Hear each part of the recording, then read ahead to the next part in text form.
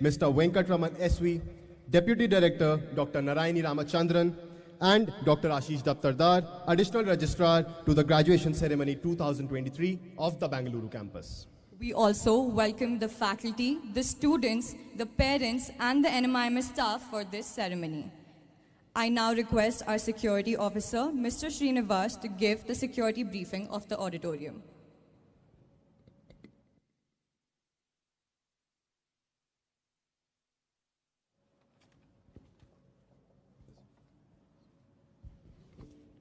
Good morning, everyone.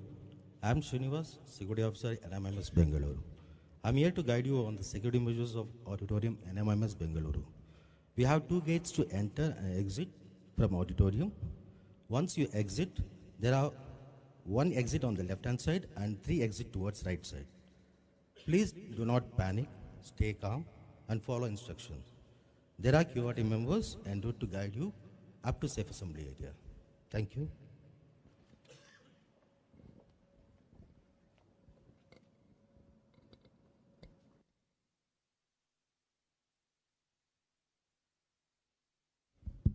May I request the dignitaries on the dais to come forward to light the ceremonial lamp.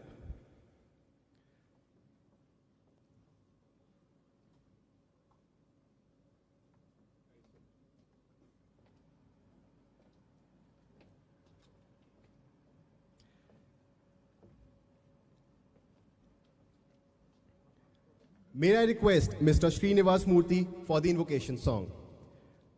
Let us all rise for the invocation song and the NMIMS anthem.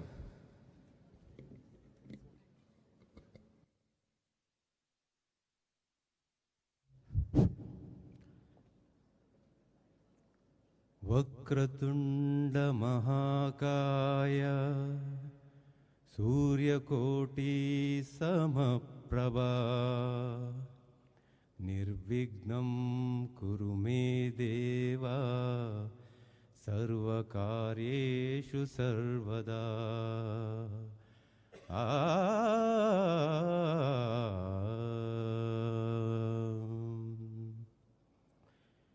Ya Kundentu Sharahara Davala Ya Shubhravastavruta Ya Veena Varadanda Manditakara Ya Shveta Padmasana Ya Brahmachyuta Shankara Prabhrutibhi Devai Sada Vandita Samam Patu Saraswati Bhagavati Nishesha Jadyapaha Nishesha Jadyapaha.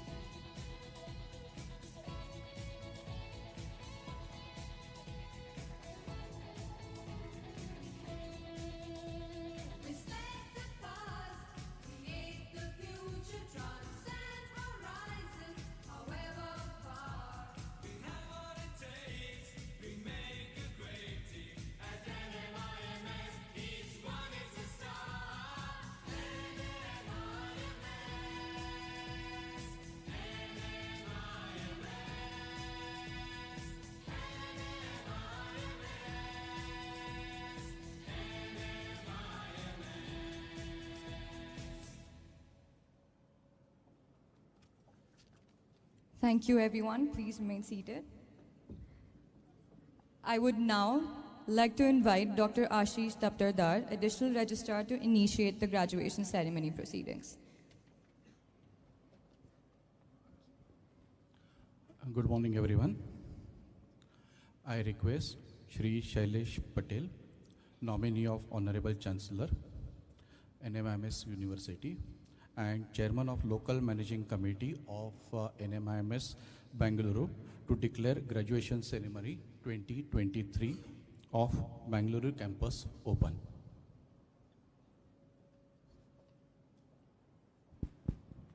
I declare the graduation ceremony 2023 of NMIMS Bangalore Campus open. Thank you.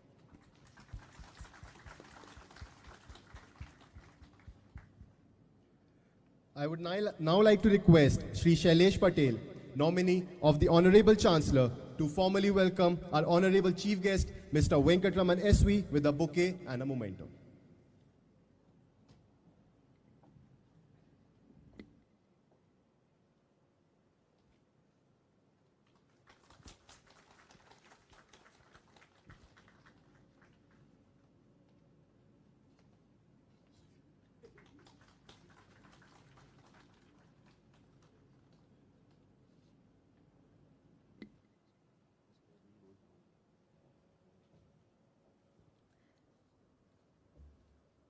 I now request Honorable Vice Chancellor Dr. Ramesh Bhatt to deliver the welcome address.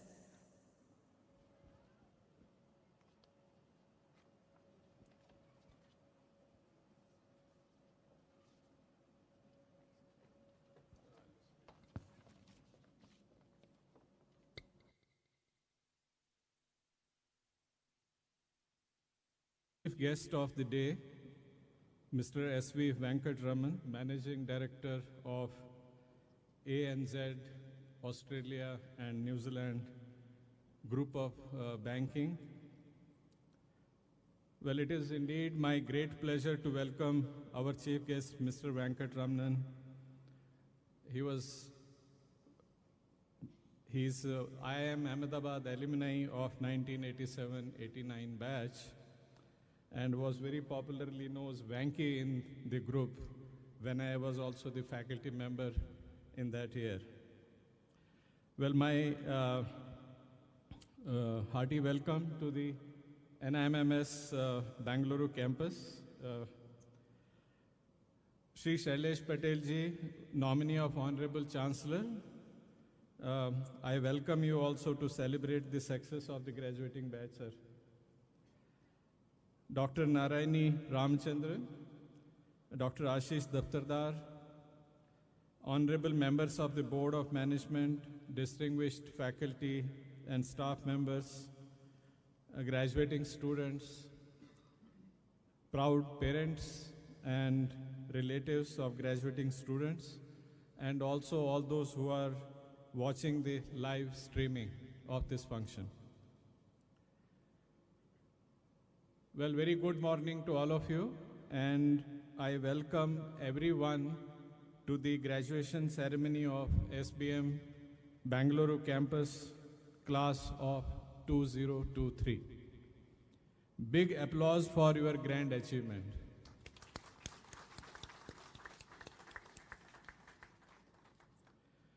Well, my heartfelt congratulations to all the students who are graduating today.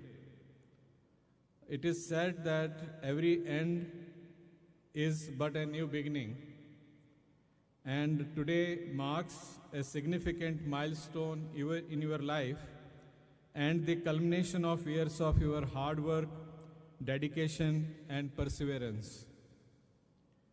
Well, this time, after graduating from the program, it also signals the start of a fresh and exciting chapter filled with infinite possibilities and boundless opportunities.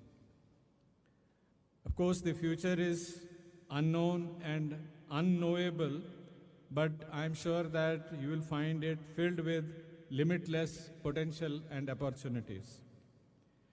The accomplishment today marks a successful and proud entry into your future endeavors. I'm sure you will have incredible opportunities that will undoubtedly shape your future. So you must celebrate this momentous occasion with enthusiasm and optimism and embark on this new journey with courage and grace. As you embark on your journey, I extend my best wishes to all of you, hoping that each one of you finds a feeling of contentment and pride in everything you do. I am sure your great efforts and achievements will help you achieve great things in life.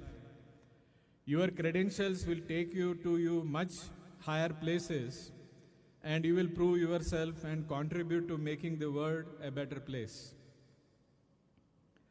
Convocation time is also a time to reflect on the journey that has brought you to this stage.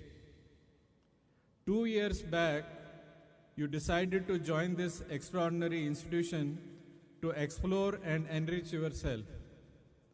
At that time of your joining in 2021, and to be precise which month, it is June 2021, we were still in the pandemic stage at that time.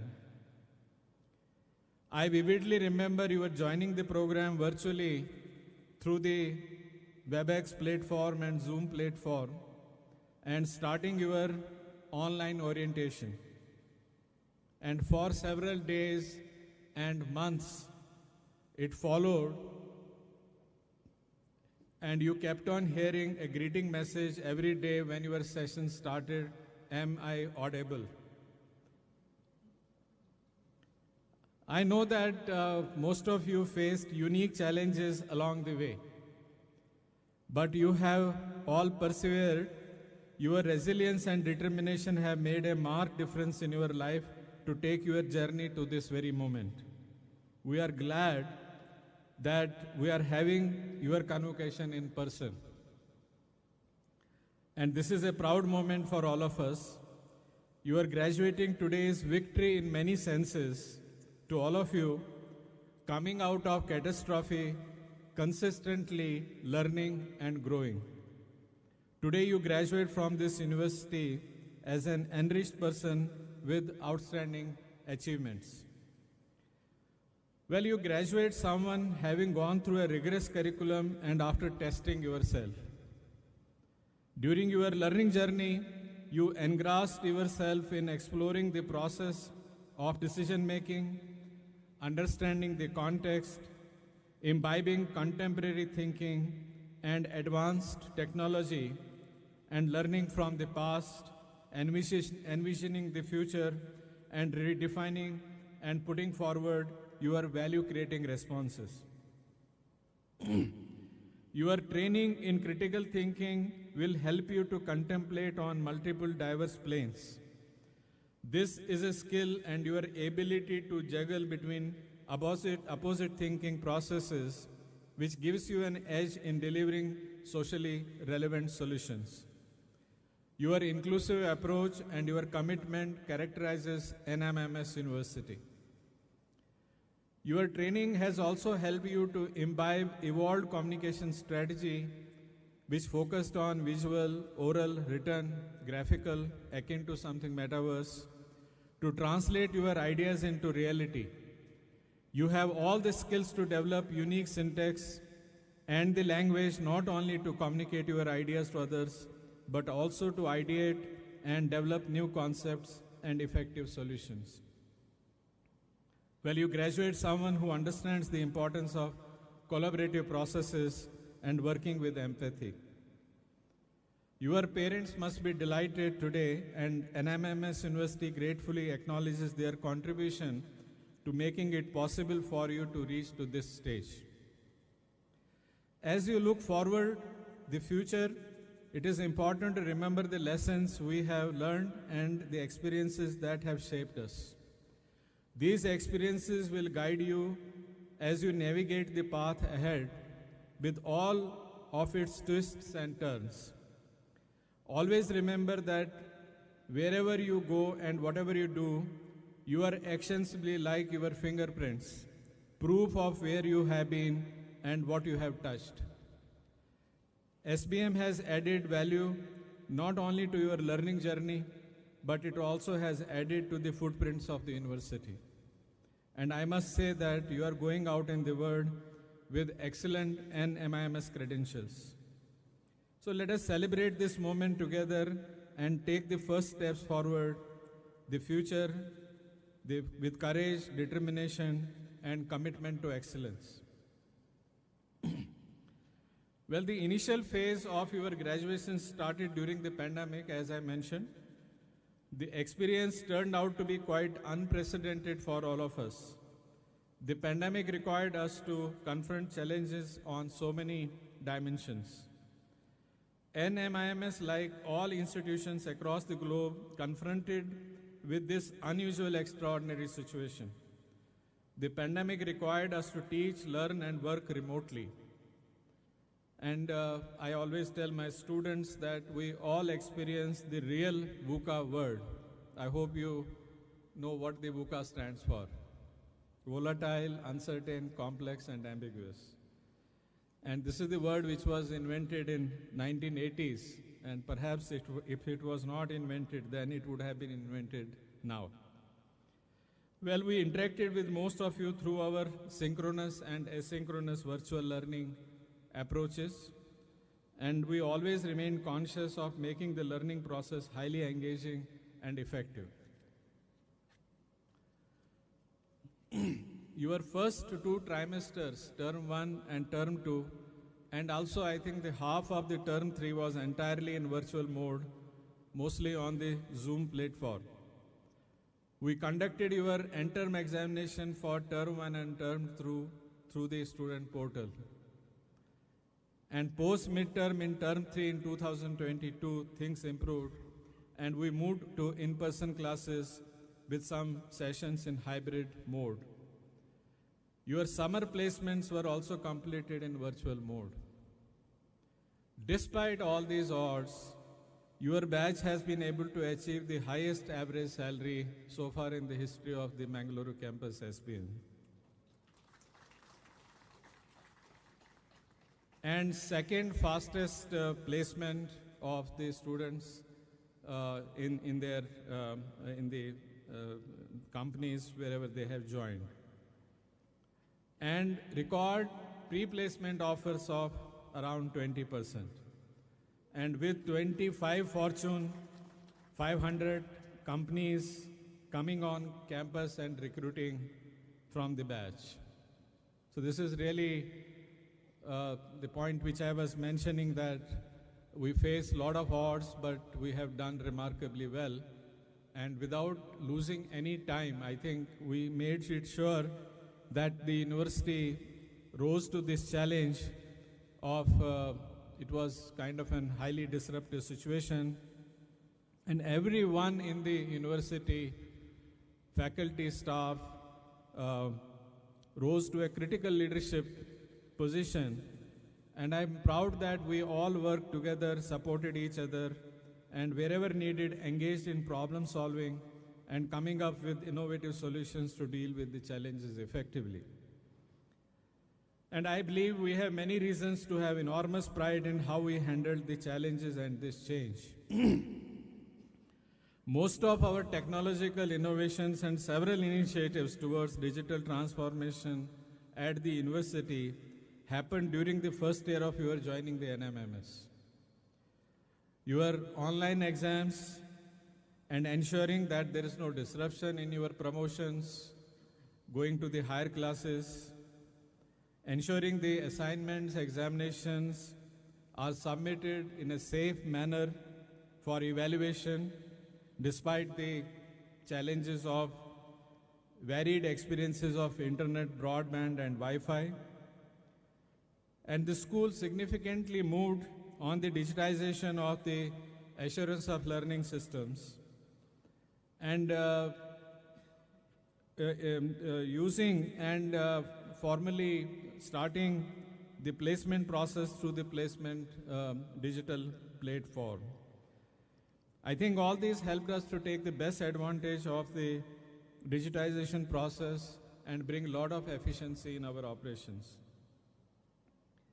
Well, all these innovative approaches we could implement because of your active engagement involvement. It would not have been possible to implement these things without your support. Well, I thank for wholeheartedly supporting what we during that period put together as what we call the academic continuity plan, which was one very important strategy at the university under the leadership of our Honorable Chancellor Shri Amrish Bhai Patel and our mentors at the campus, Shri Shailesh Bhai, and we put this academic continuity plan in place. Through a distributed leadership approach, we implemented the directions very effectively. The support received from everyone, students, faculty, staff, and all the university departments, and our determination and resolve demonstrated our resilience and leading from the front. And I must acknowledge the tremendous support you and your parents provided to the university in these difficult times, and we remain grateful for your support. Well, I will just narrate some of the key learnings which we have out of this disruption. And we learned in the process that disruption and change are nothing but becoming different. Your learning experience while at the NMIMS must have altered your perceptions about the world and yourself. Your learning will continue to be the lens through which you will see the world and handle the change with resilience. Today, when I am standing here and celebrating your success, I will express some vital lessons which we learned during this process, and I hope that these lessons will be helpful to you in your future endeavors. Well, my first lesson and our first lesson as a university was that it is very important that in the situation when there is a disruption happening, we need to understand the context and really decode the disruption properly. The way we understand the context now, actually, after this experience, has never been the same as before. I am reminded of a very powerful clip on the YouTube, which you can watch at some time, by Professor Somantra Ghoshal, who was one of the renowned management guru, talking about the context in the organizations. And he has titled that small discussion what he calls as the smell of the place. Well, according to him, the smell of the place refers to the organizational context in which we operate. We realize that it is crucial to comprehend this context when faced with severe disruption. And historically, the literature on understanding the context focuses on 4 dimensions of what they call examining constraints, compliances, control, and contracts to understand what is the context of the situation. Well, he felt that the traditional way of looking at the context in terms of constraints, compliances, control, and contracts in a disruption situation will hurt the creativity in the organization. And it will result in some cumbersome systems which will not allow you to take the actions to handle the disruption. It will damage the collegial functioning in the organization. And it will create limiting contract-based relationships. And when you watch this clip, he provides some great insights into how you need to look at these 4 C's differently, particularly when you are faced by the disruption. So he suggests that to foster an environment that encourages desirable behavior, particularly when we are facing disruption, One should create a set of values which are based on 4 things. Number 1, focus on stretch instead of constraints. So start looking at not the constraints as constraints, but start looking at the value of stretch. Don't focus too much on the compliances, but make it as a part of your discipline. Make sure that you focus on support rather than control. And focus on trust rather than the contract-based relationships. See, when we were grappling this disruption situation, this framework really helped us to articulate some of our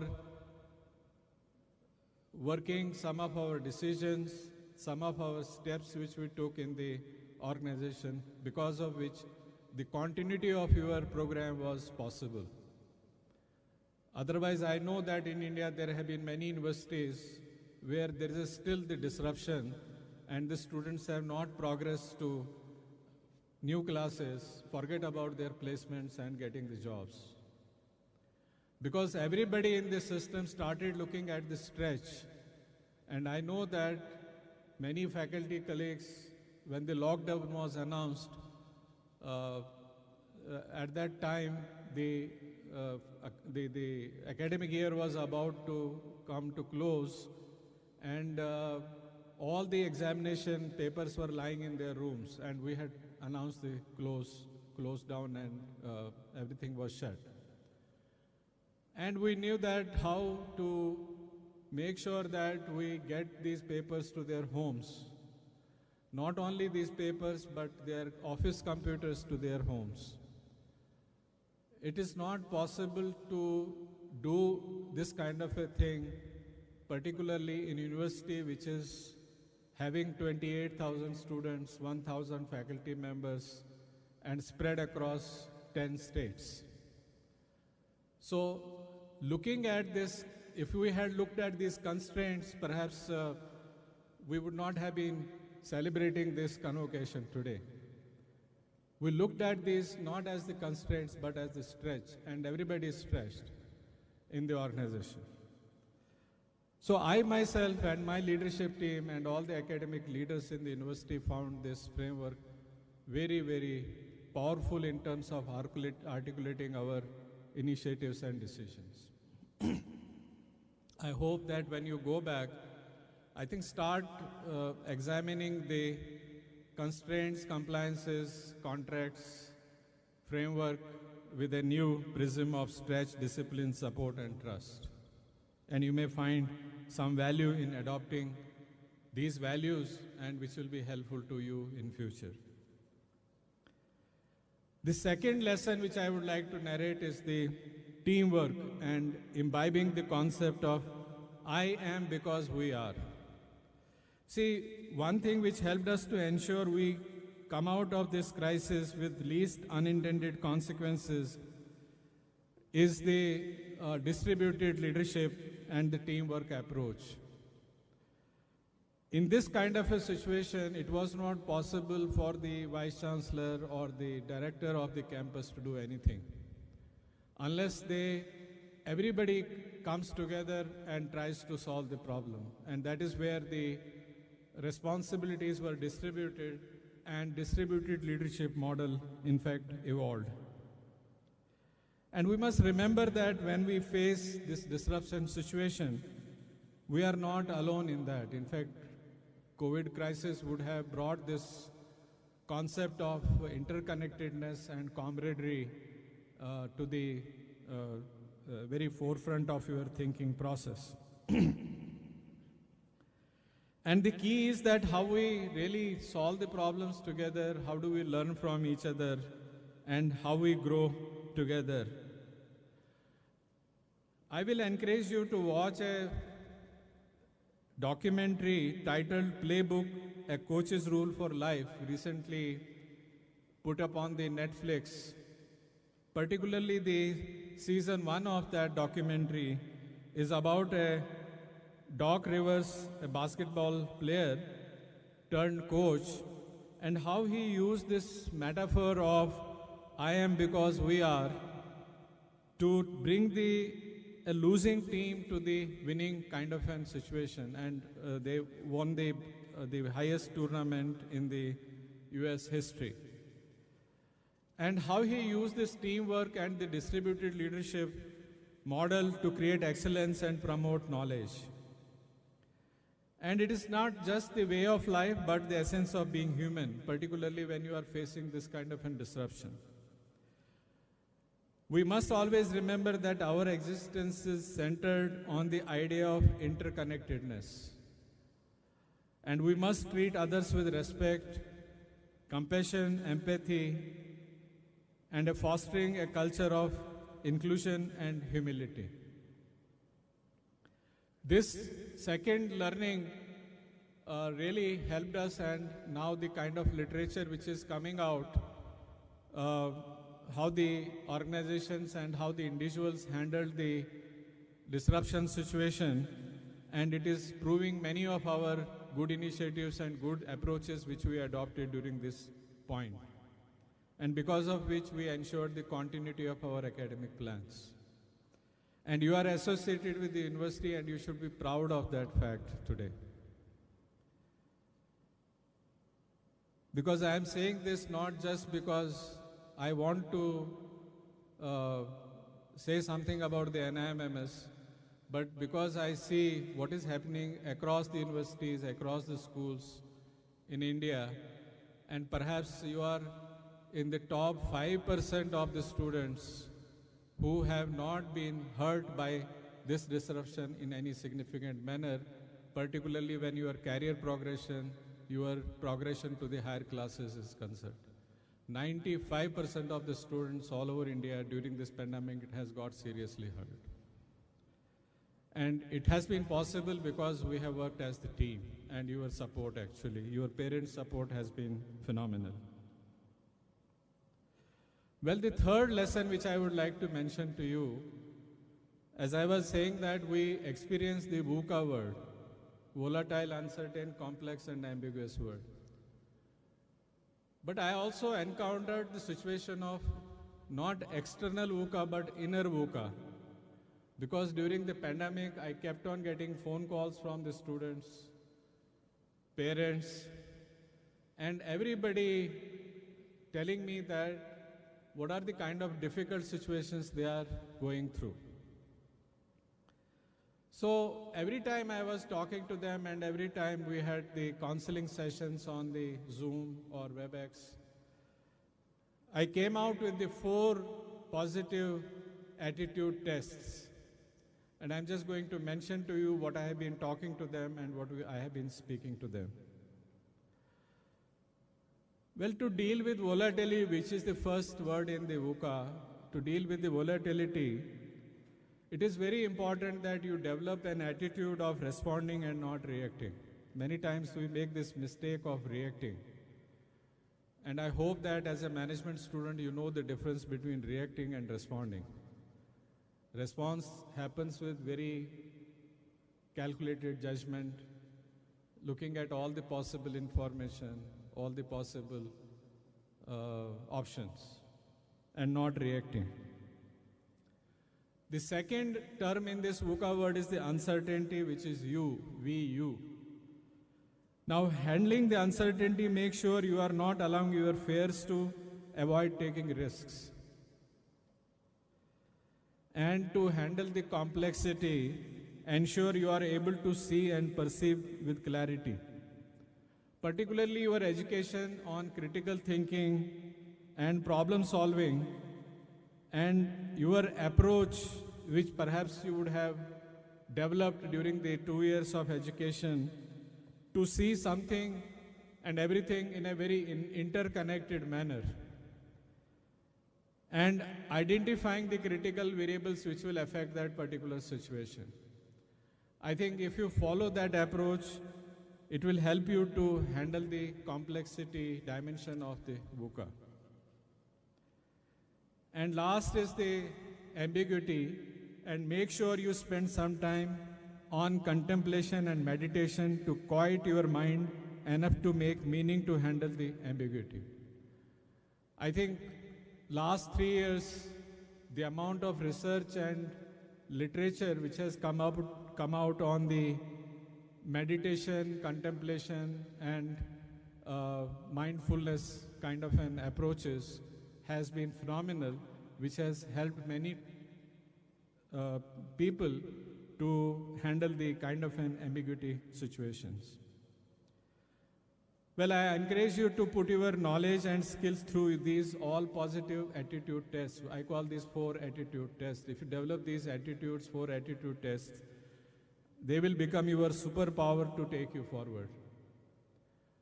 Many times I think when I am talking to you, though I hate advising many times, but I thought that this was important because we have lived with this situation. And I have interacted with several students, several parents who have been in great difficulty. I have interacted with the students from other universities, other colleges, who have faced terrible, terrible situations, right? So develop these 4 positive attitude tests to handle this, particularly the inner VUCA, that you will face the VUCA in your organizations and organizations face VUCA, but at your inner VUCA, I think there is something these positive tests will help you. And my last lesson, which I think I learned personally, is about the harnessing the technology. As you embark on your professional journey, I would like to emphasize the importance of creating a focus on technology. The world is rapidly changing and technology is at the forefront of this transformation. It is shaping the way we live, work, and interact with each other. The advancements in technology have led to the disruption of existing businesses and creation of new industries. You are joining the industry at a time when some significant changes are unfolding. The application of AI has unleashed a series of disruptive changes, which is the next phase of disruption which we are going to see.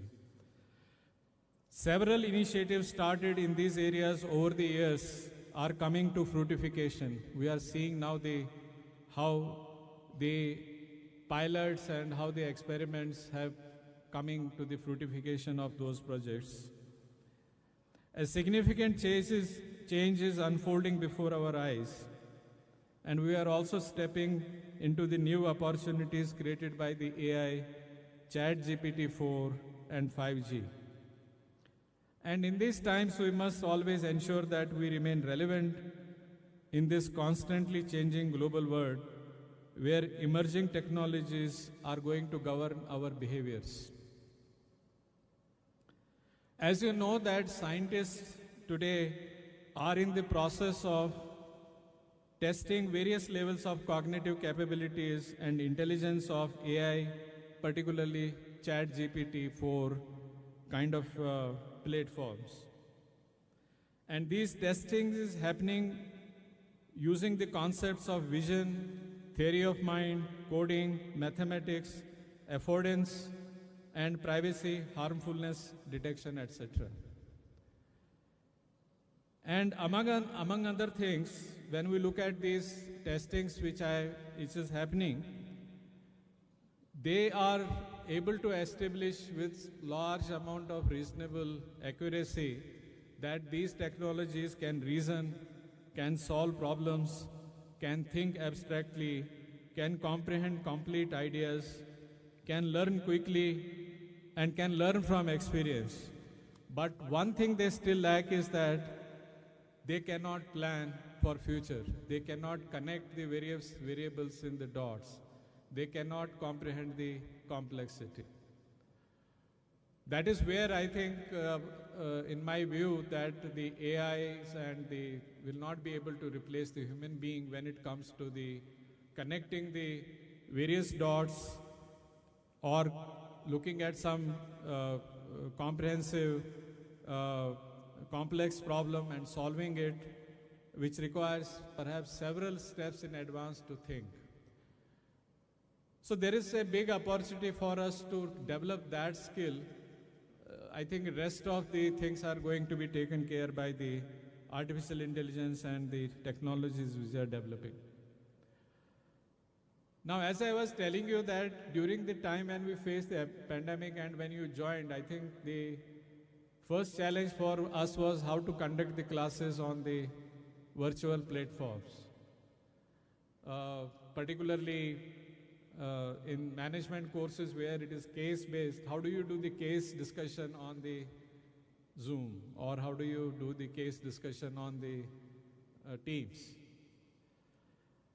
And I was recollecting that though the Zoom was in existence since 2010 or so, we came to know about Zoom only in 2020 when we were hit by the pandemic. And it was, I think, we were just given some 15 days to train ourselves to start the classes on the Zoom. And we met that challenge quite seriously. Not only that, all our digital transformation journey started from that time onwards. And there are 3 critical skills I would like to highlight as you are graduating now. Maybe you can think of this as the last class of your MBA class. 3 capabilities I think you need to focus.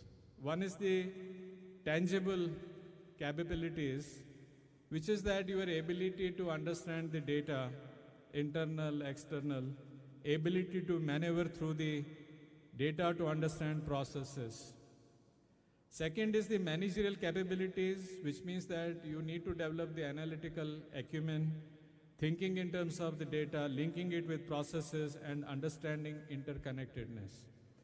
And third, which is very important, many times neglected in our skill set, is called the intangible capabilities, which is how do you harness the data-driven cultures within the organization?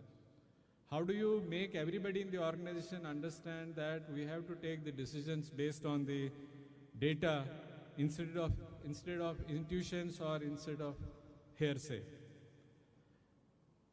And how do these organizations learn? Not only learn how to be data sensitive, how to explore, store, share, and apply that knowledge of data to take the decisions. And our chief guest today, Mr. Venkatramanan, is, I think, one of the leading leaders in the industry who is engaged in large-scale transformation of businesses through automation and the process of execution using robotics, process automation, machine learning, and artificial intelligence, and their application in the banking and financial services, right? Of course, I met him after 35 years. Now it looks that we need to change now the roles. I have to make him my teacher, and I want to become his student to learn these machine learning techniques and artificial intelligence techniques and how the automation is getting progressed in the banking system.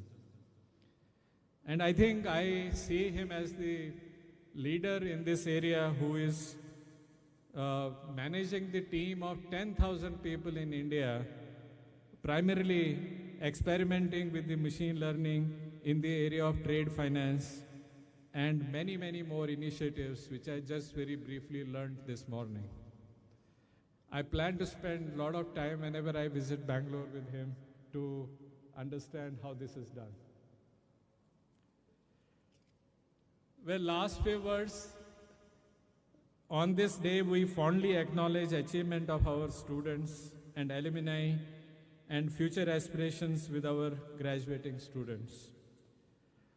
Always remember that NMIMS is a 4-decade-old premier university in India.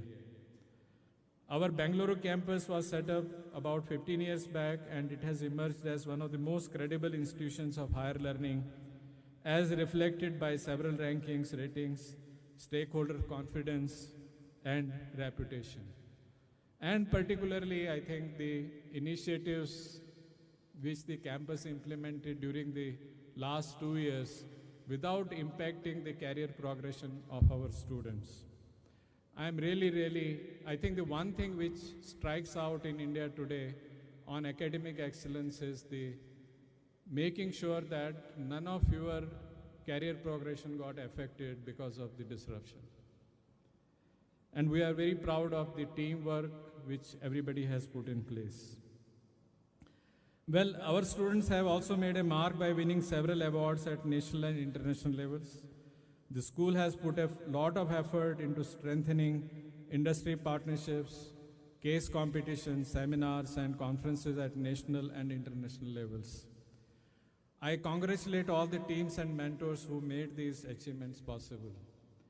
Our alum are highly sought after in national and international firms for their contemporary approach to defining problems and solving them with highly evolved tools and analysis and communication.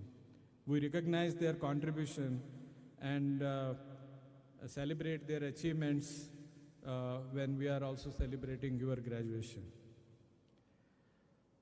Well, as a university and as a school, we continue to strive best.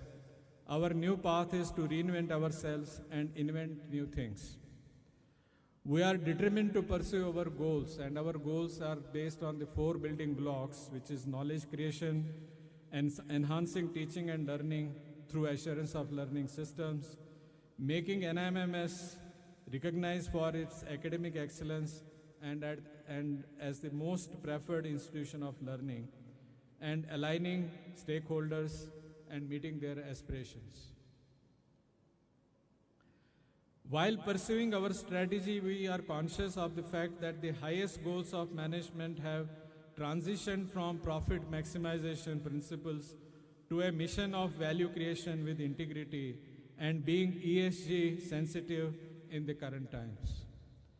Given the infinite variety of business situations that can be as varied as life itself, the purpose of management is to improve human life by creating values with integrity. The endeavors must be sensible, driving from the central idea of the nature, flowering into beautiful entity, and being ESG compliant. All along, whenever your roles transition from your current leadership positions, make sure ethical value creation is always your North Star to guide you. You also learned a lot the importance of the civic engagement during your program, and we know that there is a lot of wisdom, strength, and power in the community. Do not ever forget this lesson. Make it a mission of your life to find and build community wherever and whenever you can. Well, years from now, when you look back, I assure you that you will feel nothing but proud of your alma mater. We shall be welcoming you to become the proud alumni of the SBM today after you are conferred the degrees. Now, since the initial phase of your program was driven virtually through synchronous and asynchronous approaches, and having learning experience from remote and attending online classes, well, I have one proposition for you to consider, that you may like to recreate some of this lost experience, at least some of it in future. How? You may consider visiting us at the campus as frequently as you can and enjoy the ambience of best infrastructure of the campus. I assure you that we will greet you with great enthusiasm. You may spend some time visiting our digitized library, which provides access to Bloomberg terminals, or join your favorite faculty for a cup of coffee or tea. But I think in life, when you graduate today, make sure that you make it a point in your life to see sunrise and sunsets once in a while. I was in a class a few days back, and I asked the students when they have seen the sunset or sunrise. I don't think I got the response that for 3 or 4 years they have not seen the sunrise or sunset. Just make it a point to do that. And when you feel lost in the entangled web of challenges, Know the way out of it is simple. Speak to your family, friends, and teachers. Don't forget your teachers. Speak to them. Well, do good things and make sure you create a legacy, and one day you can say with pride that you did extraordinary things. Always remember, the Bangalore campus is yours, the university is yours, and it will always be yours. God bless you all, farewell and all the best. बहुत बहुत शुभकामनाएं to all of you.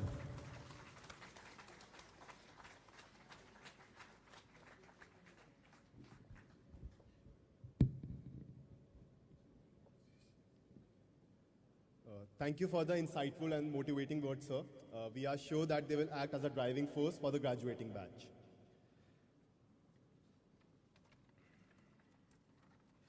I would now like to request Deputy Director Dr. Naraini Ramachandran to give a roundup for the year 2022-23 of the Bengaluru campus.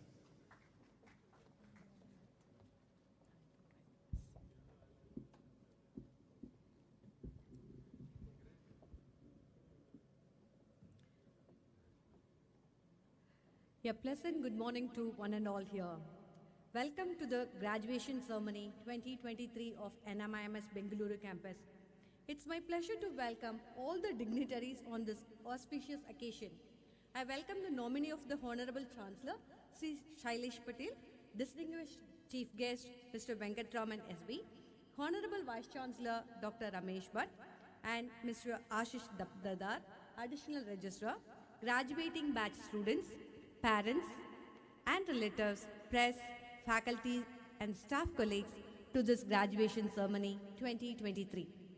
A school is building with 4 walls with tomorrow inside, says Lon Waters. NMIMS Bengaluru is a testimony to his words. It has, during its 15 years of its existence, established itself as one of the pioneering educational institutions committed to provide a positive and supportive learning environment. Since its inception in 2008, the institute has been playing a pivotal role in higher education by equipping our students with the skills necessary to be adaptable and successful professionals in this gig economy. I am presenting a brief report of the roundup of the year 2022-23. The MBA program is now in its 13th year, with 11 cohorts having graduated. A total of 191 graduates from the 12th cohort of MBA program, the 26th and 27th batch of PGDM Executive, and the second batch of Postgraduate Diploma in Data Science and Analytics batch are graduating today. In the MBA program, we have been consistent with 100% placement for the 12th year in succession. NMIMS Bengaluru has reached a new milestone in its campus ranking and recognition. We are glad to announce that we emerged as ranked number 1 in the top B schools and the private universities category in Karnataka by Open Magazine. Business Today magazine ranked NMIMS Bengaluru as 3rd in the city-wise category and 7th in South Zone category and awarded an overall rank of 32 in India. Our campus was awarded a rating of A++ by Business India magazine.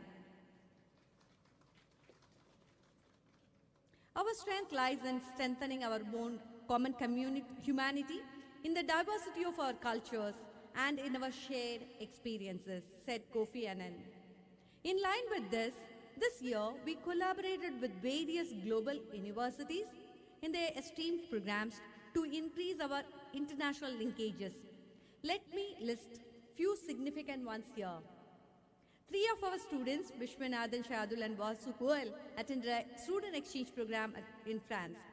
An international partnership collaboration agreement between Arizona State University and NMIMS were signed during this year. We hosted a leadership immersion program in the area of inclusive education along with common purpose for students from University of Dundee and University of Brunel, UK, along with our students. We hosted a delegation from the University of Applied Sciences and Engineering, Constance, Germany, in the month of September 2022. In January 2023, a delegation from 6 best business schools in Europe and North America, including Brandeis International Business School, American University Cohort School of Business, Santa Clara University, and Imperial College London, INSEAD, paid us a visit for future collaboration in the area of research and academics. A consortium of US universities from law's background, led by Boston University, held an insightful discussion on networking strategies for a global practitioner at our campus, NMIMS Bengaluru. Moving on to faculty research contribution, our faculty members have published their research articles in ABDC listing in both A, B, and C categories at national and international journals of repute. Some of the faculty members have been published regularly in newspapers of repute, Economic Times, HR World, Business Line on campus, as well as in moneycontrol.com. Dr. Aparna, Associate Professor, Quantitative Analytics, published an article in the area of financial development and economic growth. Dr. Barnabas, Professor Marketing, published his research article on cycling to work, effective reaction towards word-of-mouth intention on social networking sites. Dr. Neha Chabra Rai, Associate Professor Finance, jointly with Dr. Srilekha, Associate Professor HROB area, published 3 research papers on cyber frauds and financial crime. One of their papers is published in the ABDC listing A category journal, which is a commendable achievement. Dr. Neha Chabra Rai, Associate Professor Finance, published a paper on hydropower sustainability assessment. Dr. Shashi Ramakrishna, Professor of Economics, published a paper on George Gunton's divergent view on origin of great divergence. Apart from research, our faculty has other significant achievements too. Dr. Deepak Sharma, Associate Professor in HR area, published many articles in Economic Times throughout the year. Some topics include sexual harassment in the workplace, employee engagement, leadership, and organizational development. Dr. Narayani and Dr. Sridarshan Kaundinya have been recognized as CGMA Academic Championship by Chartered Institute of Management Accountants, London. She also recognized by CFA Research Institute as an outstanding faculty mentor for the consecutive 4th year. Dr. Barnabas has won the Best Case Study title in the ICRC Case Writing Competition 2022. Dr. Narayani and Dr. Gangu Naidu Mandala got their patents in the area of implementing financial incentives to improve employee performance in banks. This academic year, SBM faculty members were actively involved in offering management development programs on bank assurance, personal financial planning, wealth management, customer experience, relationship management, leadership, and goal setting. Our clientele includes PNB MetLife, ICICI, Intergrace, Cipla, Bank of Jammu and Kashmir, Himachal Bank, Tripura Gramin Bank, and Dakshin Bihar Gramin Bank. Mr. Rupesh, our IT lab assistant, has been successfully completed the certificate course offered by IBM and Google. He also got Bloomberg Market Concept Certificate. Our students have been actively participating in various competitions organized by business schools throughout the country. They have made us proud by bringing in more and more laurels to the campus consistently. Some notable achievements of our students are worth mentioning here. Harsh Mehta, Uday Maheshwari, and Pranjal Singh won their coveted positions in the top 100 by Unstopped Competitor ILEADAS 2023. The results released yesterday, as they had won multiple competition, I think 50+ competition in the area of private equity, valuation, equity research, M&A, and business analysis. Pranjal Singh, Disha Patel, and Disha Agarbal have won the competition organized by IIT Kanpur. In the Stock It Up competition organized by IIM Bangalore, Harsh and Budai were the first runner-up. Again, Harsh and Pranjal were the first runner-up in the competition organized by IIM Amritsar. Harsh and Niranjan won the competition organized by IIM Raipur again. Pranjal Singh and Disha Patel were the second runner-up in the contest organized by IIM Calcutta. Karthik and Yashika Kar have secured first position in the competition, namely Hackathon 3, and EPIC, the elevator pitch hosted by IIM Sambalpur, and secured their first position in 2 different competitions hosted by IIM Sambalpur and IIT Hyderabad. They've also stood first in Market Crash Saga and third in Consultrex organized by NMIMS Mumbai Campus. They secured the first position in Adomania hosted by BJTI Mumbai. Vivek Dingra, along with his teammates, won multiple competitions and won first prize in Oxide Season 1 national level position, national level second runner-up in venture capitalist case study and study competition conducted by ISB, and published articles in Ecofinity on Evergrande crisis, Sri Lankan crisis and automobile industry analysis. Prahad Dubey and Kunjan Singhal won the policy case competition organized by IIT Roorkee and national winner at Convocation 2 organized by IIT Delhi. Kartik Aneja and Yashika Kaur are the national finalists of the competition hosted by IIM Lucknow, IIM Sambalpur and IIM Kashipur. They also were the third runner-up in the competition hosted by IIM Lucknow. Apart from the competitions, students of our public relations cell organized the 10th edition of TEDx NMIMS Bengaluru. The theme of this edition was Unfold the Manifold. The talented speakers from various domains share their ideologies and perspectives.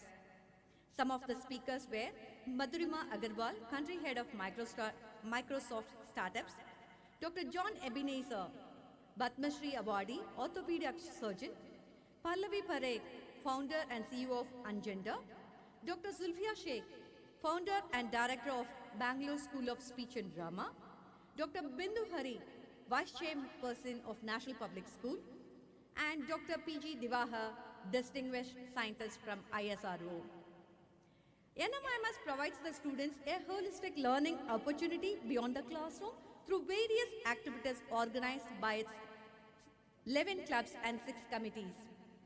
Lakshya, the sports arm of NMIMS, conducted outdoor games like golf, futsal, dodgeball, and tic-tac-toe, and they also conducted Fanathon, a stress-buster event, and a yoga session in association with Yoga Bharati on International Yoga Day. A one-day workshop on education to entrepreneurship journey was conducted on 27th August in collaboration with NGO Talim Wo Tarbiyat to enable the students to convert their business ideas into successful startups. Mr. Adil Jainubul, Chairman of the Quality Council of India and Chairman Network of 18 Group, was the chief guest for the event. Mudra, the Finance Club of NMIMS Bengaluru, collaborated with Kushal, venture capital backed startup, and had an in-depth conversation with Soumya Bajaj, who works at the World Bank in Washington, D.C. Valeram, an equity research competition held by the club, received 22,000 impressions, and they also hosted Zerodha Varsity Opportunity and NISM Campus Championship Program. The flagship event of Equinox, called eSummit 2022, was organized to assist our students in expanding their knowledge and grasping the real-life experience of some of the renowned entrepreneurs of India, along with success stories of startup world. Noesis, the Literary and Photography Club, organized the contest on the 27th and 28th of January, apart from producing the yearbook for this graduating batch. Nirando, the Operation Club, hosted Empire State Inter-College Simulation Games to assess the students' business acumen and operational skills. The Cultural Committee, Rang, welcomed the new students of the institutions and encouraged their creative impulses to gain confidence and pursue their interest. The committee hosted Friendship Day, Halloween, Christmas, Republic Day, Independence Day, and celebrated Holi, Diwali, and New Year with their enthralling cultural performances. HR Hriday, the HR Club, conducted a top talent social media campaigns on the importance of mental health and mentorship programs. The club also conducted a case study competition, DESIP HR, during the management fest. Udayam, the Social Responsibility Committee of NMIMS Bengaluru organized events like Walkathon, the Joy of Giving Week with an NGO to donate and raise funds for We Care activity. The club organized its flagship event, Vihan, aimed to provide a platform for corporate CSR cells and NGOs to discuss pressing issues, explore possible solutions, and perhaps collaborate for mutual benefit and betterment of society.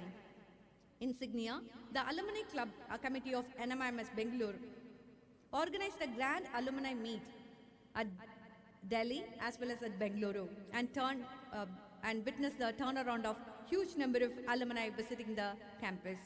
There were various events and a panel discussion, and it was moderated by our alumni, Mr. Prithvi Kotagiri, Director Strategy at MediaCom. War of Divisions were organized by Pramash, the Strategy and Consulting Club. It was an ice-breaking session for the batch to collaborate and work in teams. Invocation, the research club of NMIMS Bengaluru, wrote articles on trending topics like indirect effects of corruption, declining individual tax morale due to corruption experience, inbound marketing versus hybrid marketing. Does music therapy help depression? Digital taxation in India, to name a few. The club presented research diaries of companies like Tata Elxsi, HDFC AMC, and Jubilant Foodworks. Toastmasters International Club has organized several successful events with external evaluators and the area director of Toastmasters. A hybrid Toastmaster contest with NMIMS participants, the corporate sector, and area directors from different parts of Bengaluru was a grand success. Few students have completed level 1 of Toastmasters International Education Program in record time.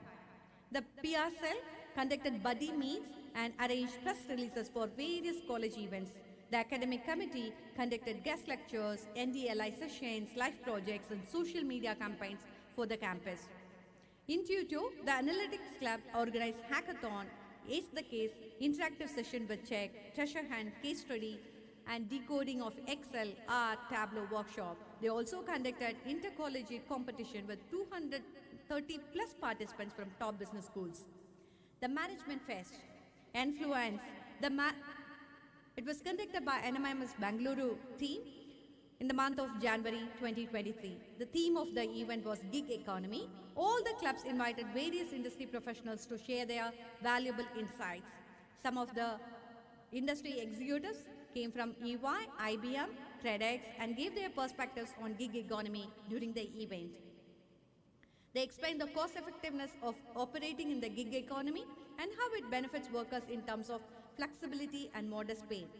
To summarize this year, NMIMS Bengaluru has shown a remarkable progress in campus placement, competition won by students, a series of extracurricular and co-curricular activities through clubs and committees, new international collaborations, research publications by faculty, and several other achievements by faculty and staff members. We would like to place on record our sincere gratitude for all the generous support from our SVKM Trust and boundless guidance from NMIMS University dignitaries. Thank you.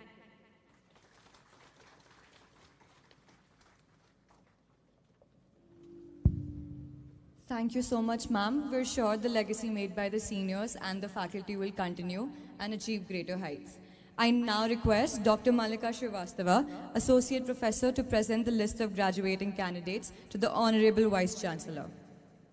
I also request nominee of the Honorable Chancellor, Shri Shailesh Patel, Honorable Vice Chancellor, Dr. Ramesh Bhatt, Deputy Director, Dr. Naraini Ramachandran, to come forward for the handing over of MBA degree to the graduating students.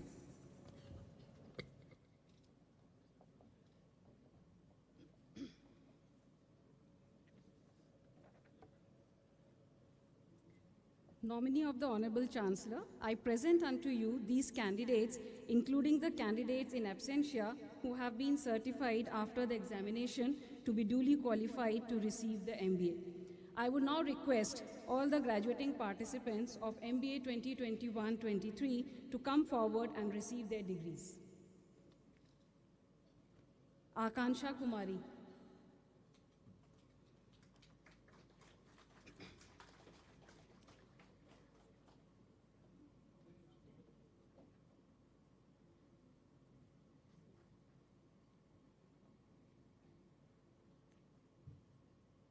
Abhay Gupta,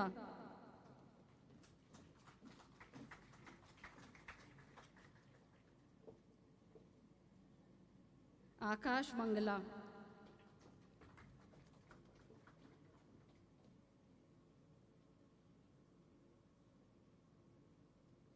Akash are,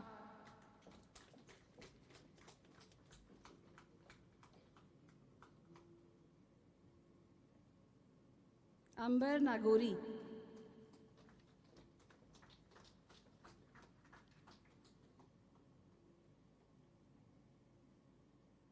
Amisha Makrani,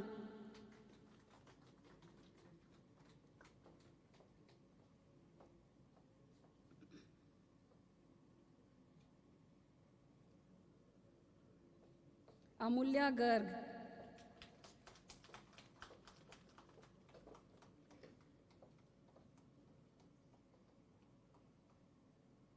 Anvesha Padhi,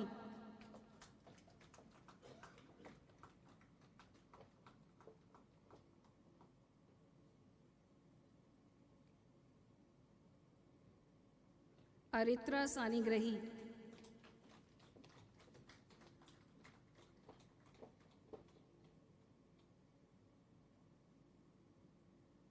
Aryan Goyal, Bhavya Gangar,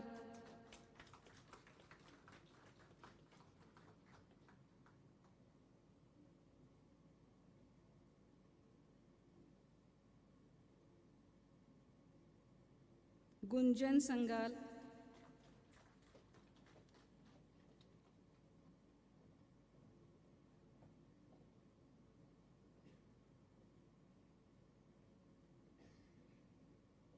हर्ष मेहता,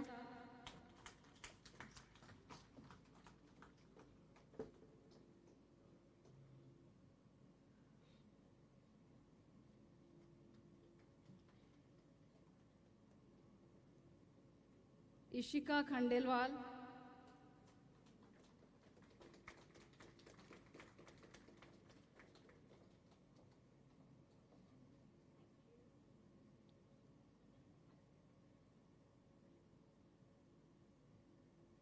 कृष अरोड़ा,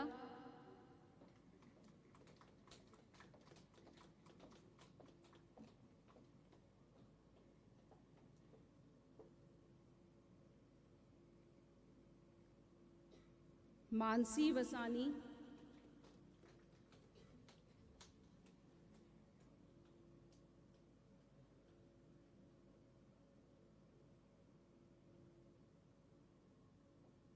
रेहत कौर मदान,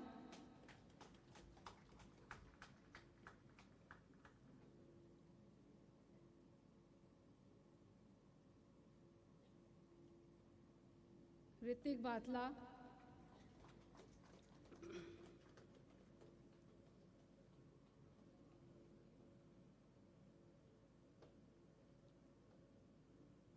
रूही उप्पल,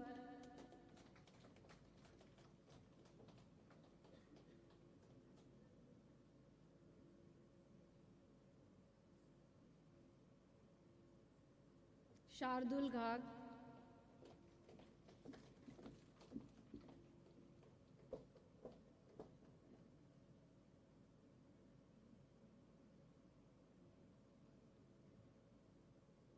शिखर शंकर,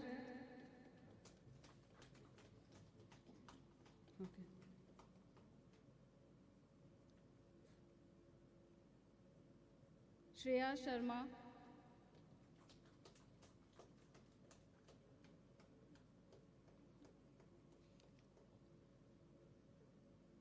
सौम्यजीत मुखर्जी,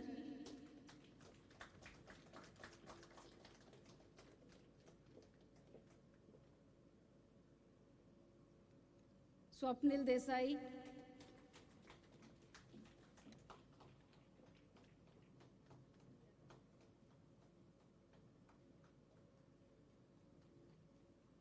विनीता खंबे,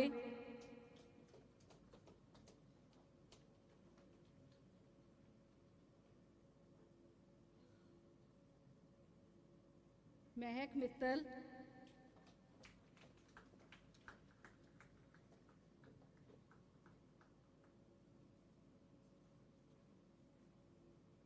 Akshay Jain,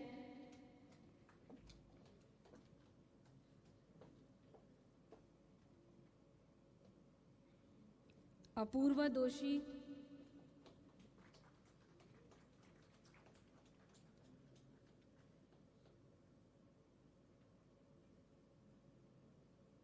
Ganesh Jujuru,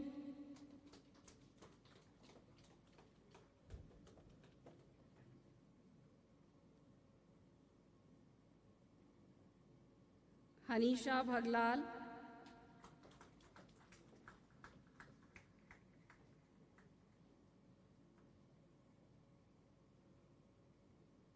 Harveen Kaur Bhatia,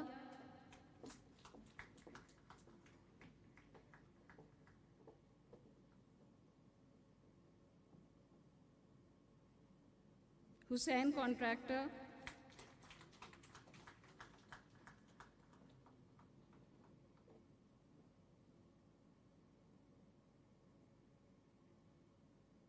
Ishita Makar,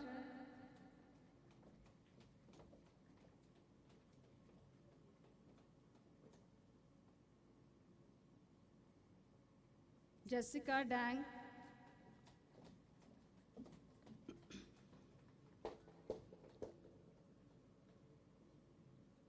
Karthik V,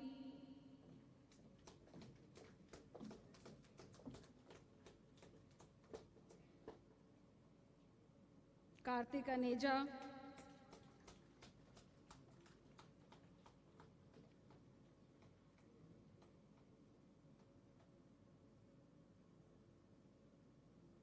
Kinjal Gandhi,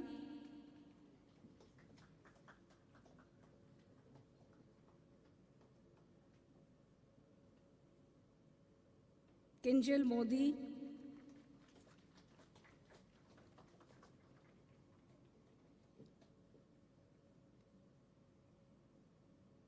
Lakshya Bansal,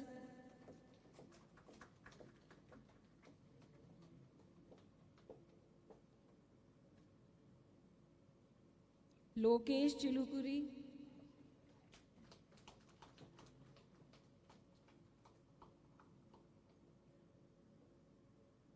Maharishi Datta,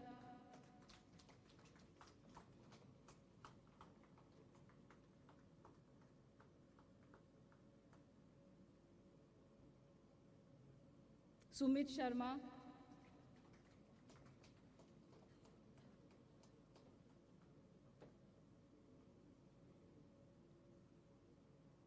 Prarthana Amar,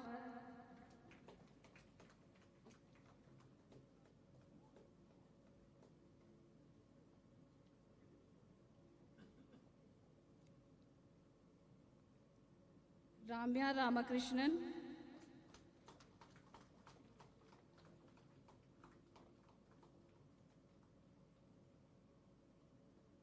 Sagar Nayan,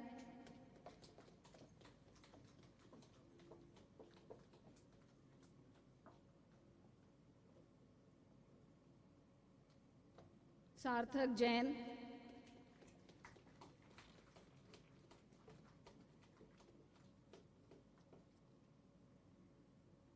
Tanya Gandhi,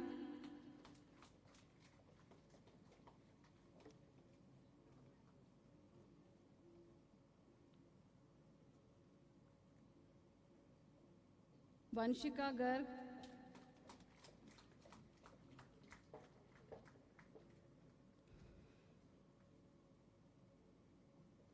Vishwanath GR,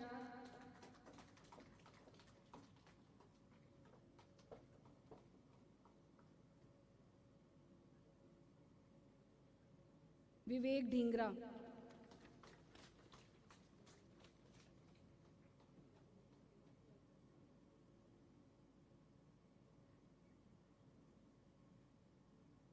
Abhishek Joshi,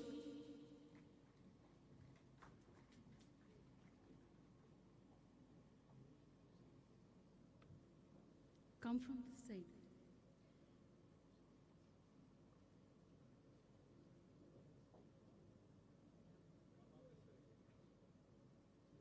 Go, go.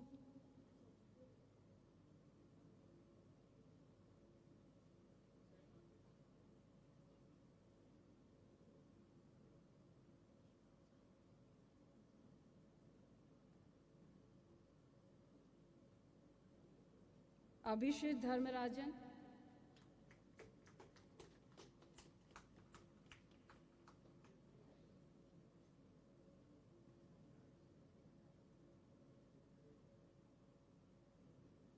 Akash Jethi,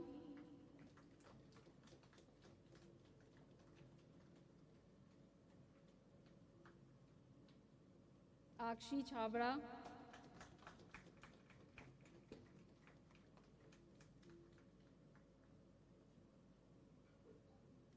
Animesh Srivastav,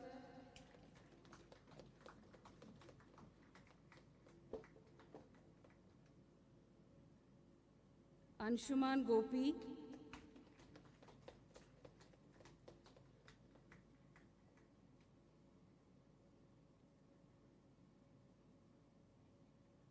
Anushka Chauhan,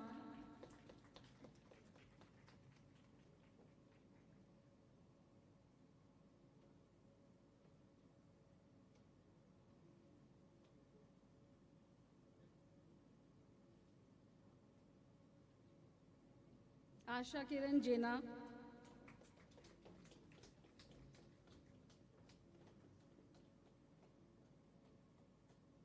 Deepak Bagri,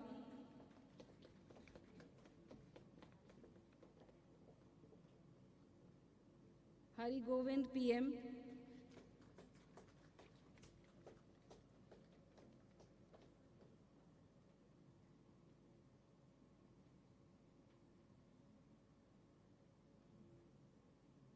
Het Jasani,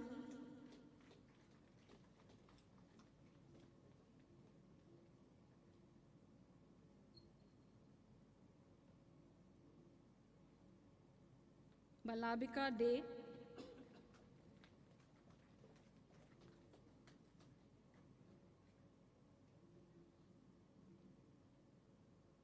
Nikhil Anand,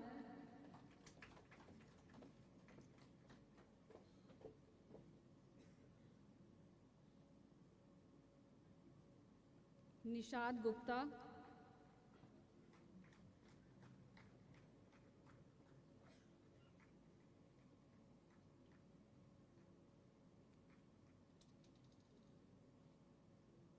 Nupur Mishra,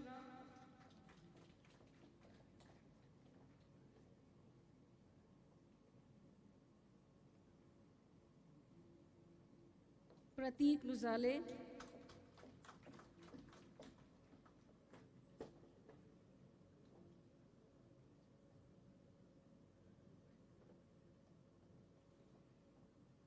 Pratyush Kumar Rath,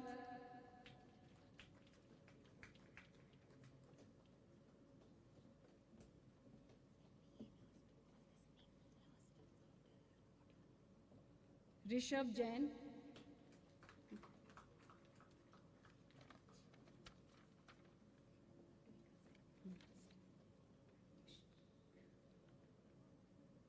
Shreya Atri,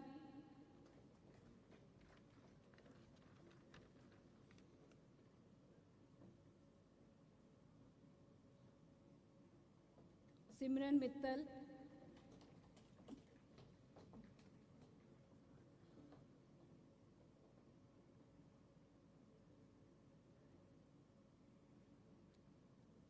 Srijani Viswas,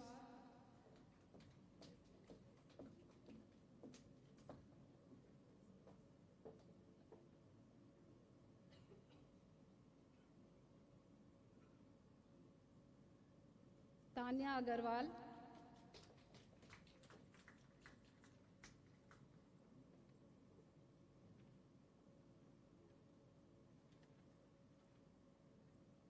Udit Gupta,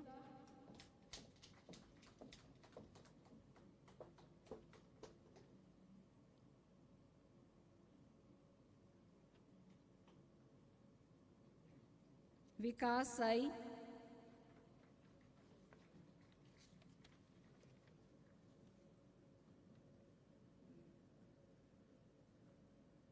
Mohak Srivastav,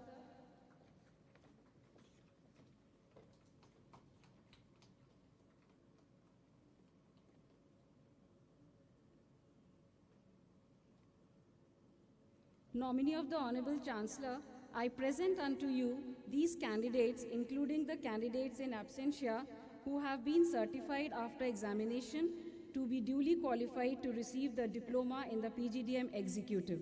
Now I would request the graduating participants of PGDM Executive to come forward and receive their degrees. Megha Prakash,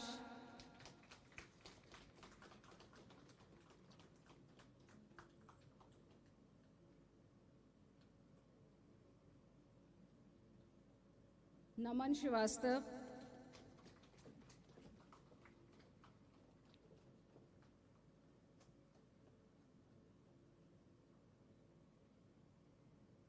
Pallavi Ganala,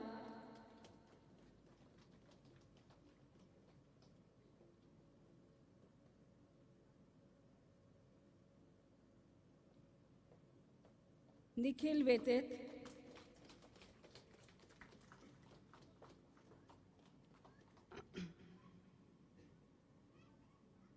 Akash Dalmia,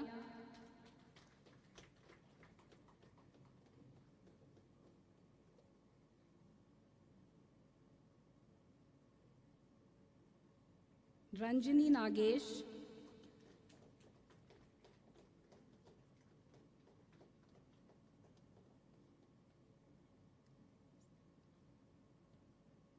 Sanjit Bhaumik,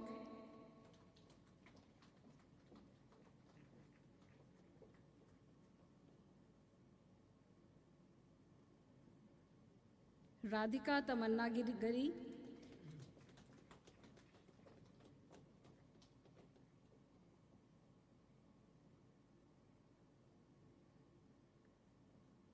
Abhijit Kar,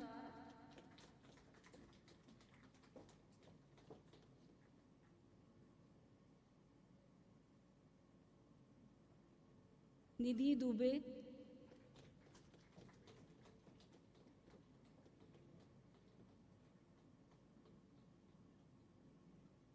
Meghna Hassan,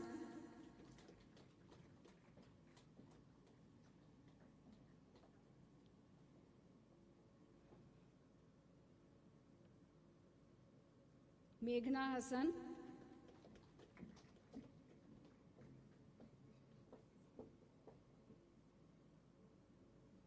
Rajat Jain,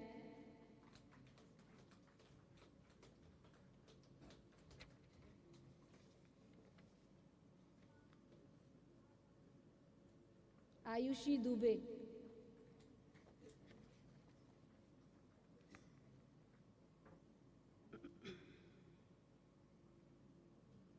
Anand Vasupalli,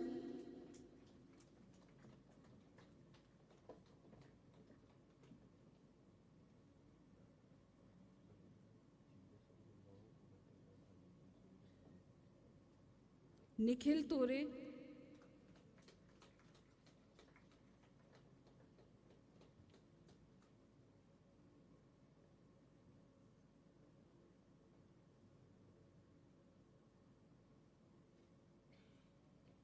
Shriti Bhatt,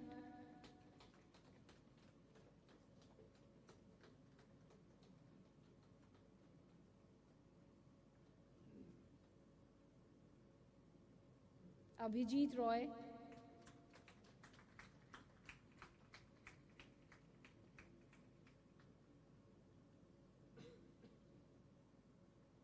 Vikas Hiremat,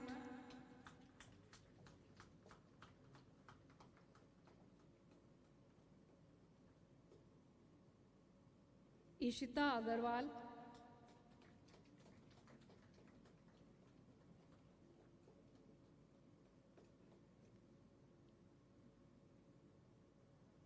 Yechelra Vikram,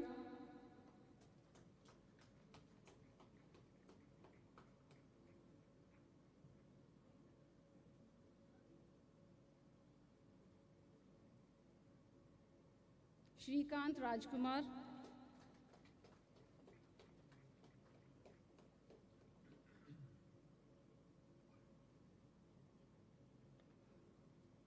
Arya Chandan,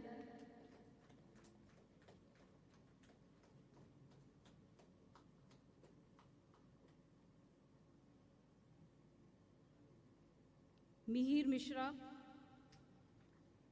Abhijit Somni,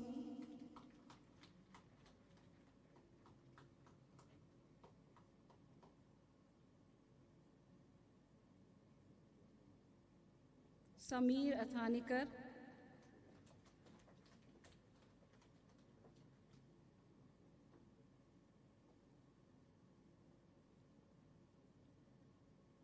Abraham Vivek Luke,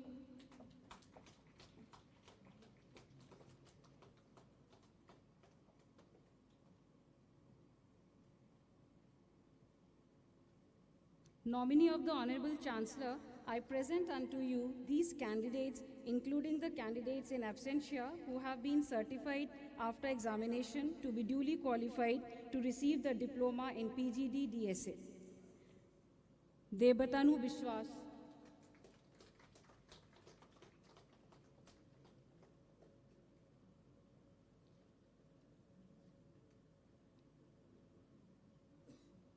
Philip Joseph,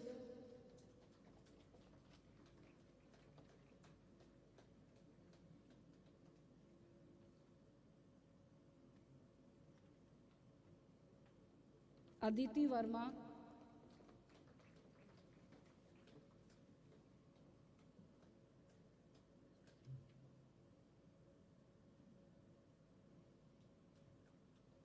Sumit Sadhwani,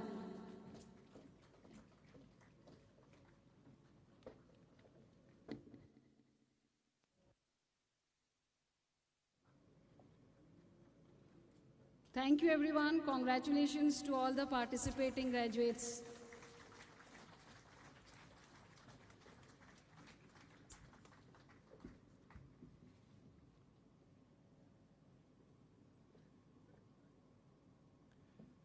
Now I request Deputy Director Dr. Naraini Ramachandran to announce the Best Student and Merit Awards and scholarships to the graduating cohorts of Bangalore Campus and also to give away the Best Faculty and Staff Awards.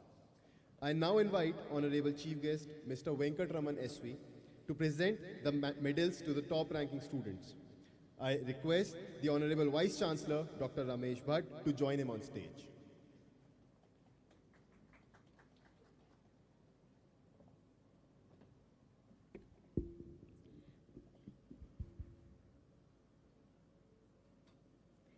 I take great pleasure in announcing the rank holders list. First rank of MBA program goes to Hussain Contractor.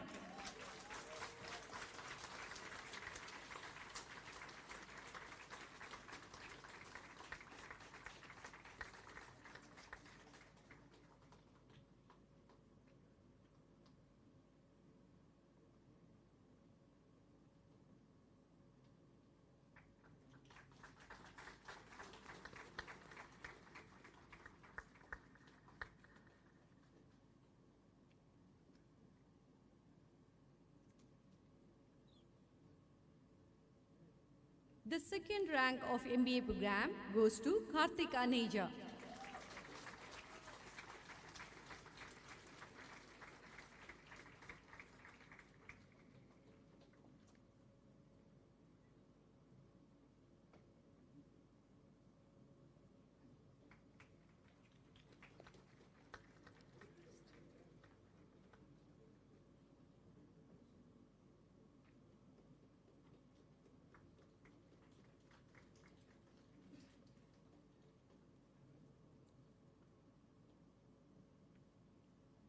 The first rank of Postgraduate Diploma in Management for Executives, Batch 26, goes to Naman Srivastav.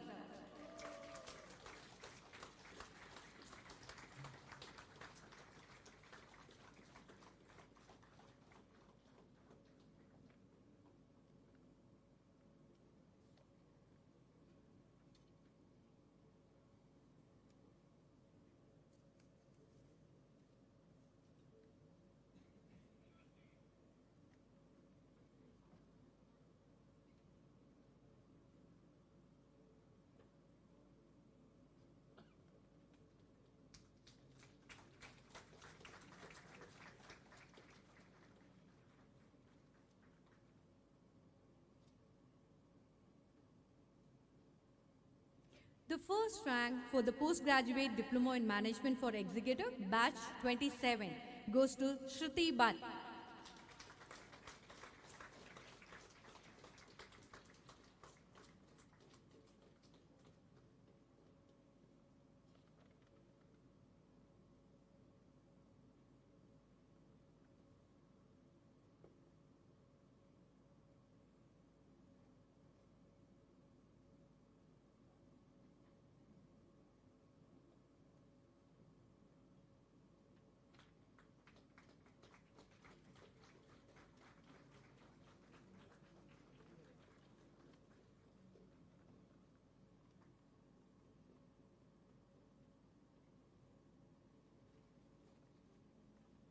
The first rank of postgraduate diploma in data science and analytics for executives, batch 2, goes to Debantu Biswas.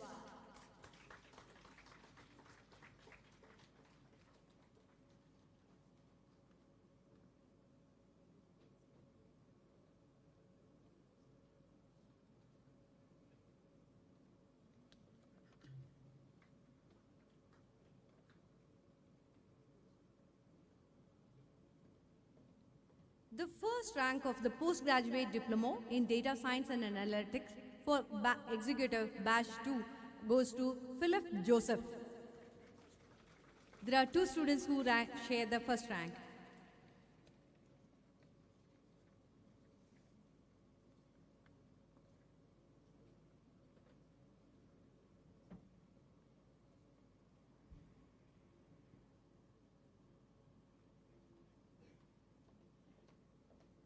Let me take the pleasure of announcing the students' name who secured a position in their Dean's List of School of Business Management, MBA program, Bengaluru Campus.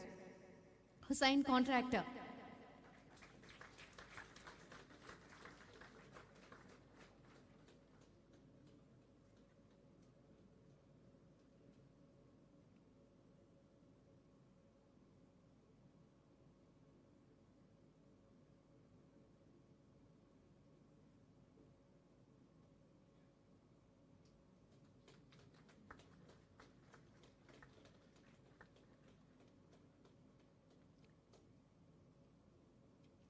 Karthik Aneja.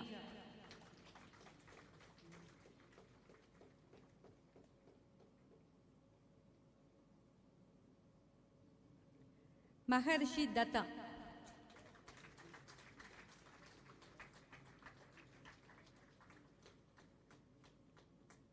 Vivek Dingra.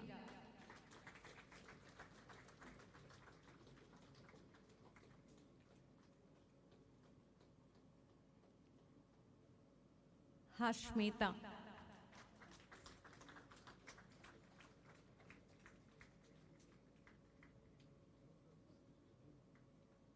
Akash Jete.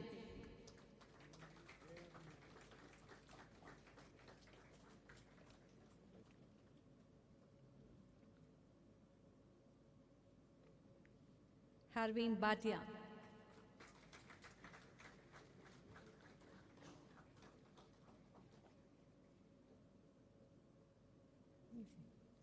Dean's List for Postgraduate Diploma in Management for Executives, Naman Srivatsa and Nikhil Beta.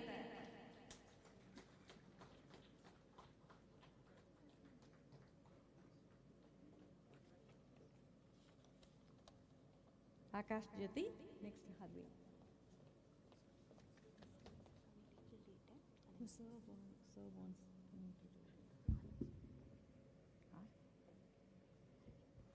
Harbeen.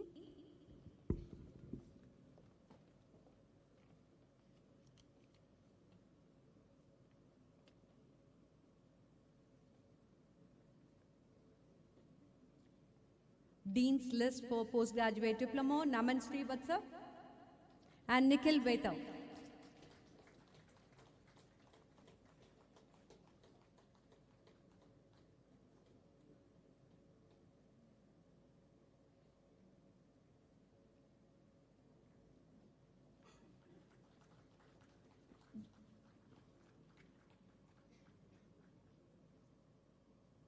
Dean's List and PGDM Batch 27, Shruti Bhatt and Ishita Agarwal.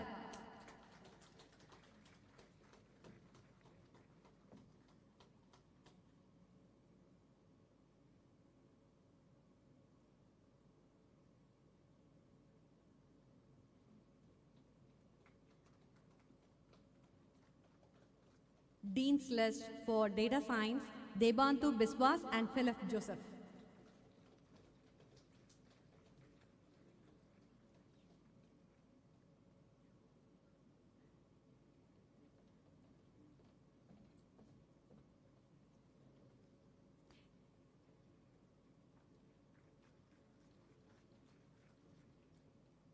Now, much awaited Best Student of the Year for MBA program goes to Karthik Aneja.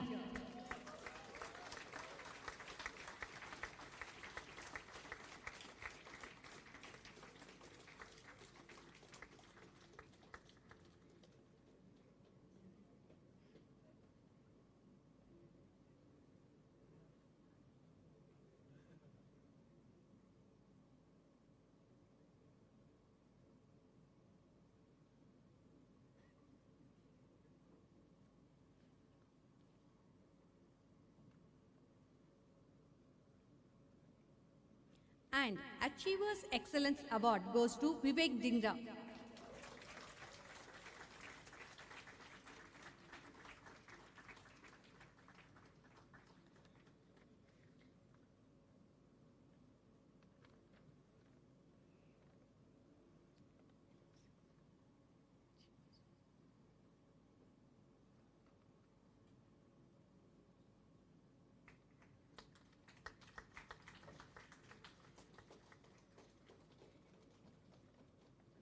We celebrate the achievements of our faculty members and staff members.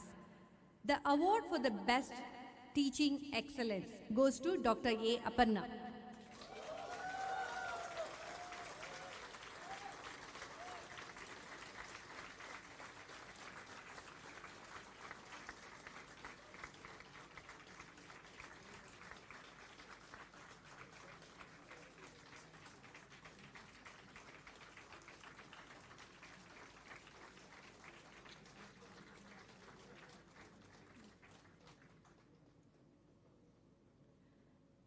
Award for the best researcher goes to Dr. Neha Chabra Rai and Dr. Srilekha.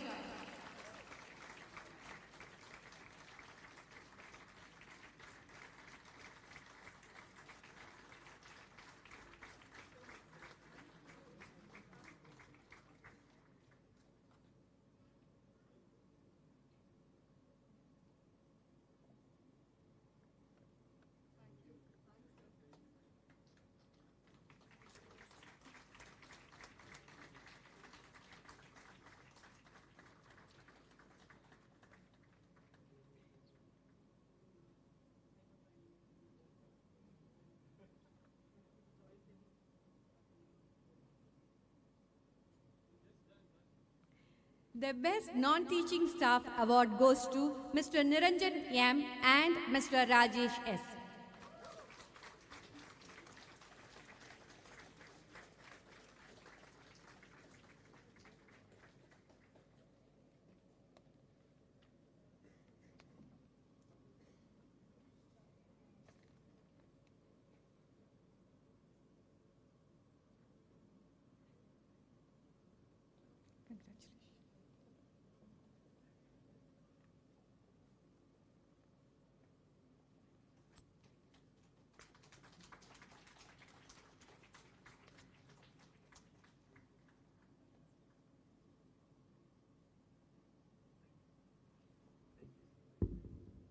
Thank you.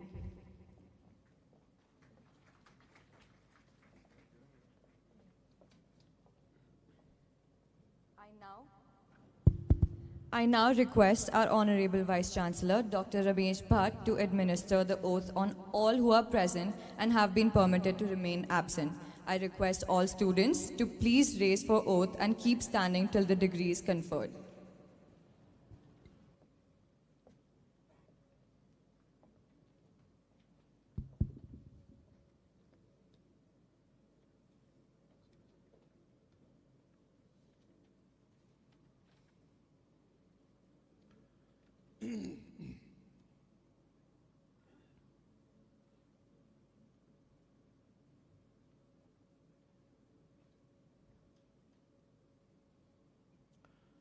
By the virtue of the power vested in me by the Board of Management of SVKM's NMIMS as Vice Chancellor, I hereby declare all of you who are present and those who are permitted to remain absent are admitted to the respective degrees.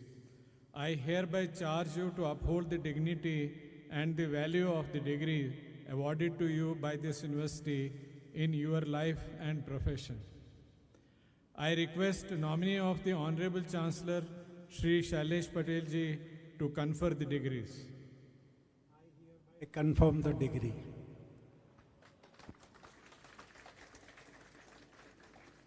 You have to bow.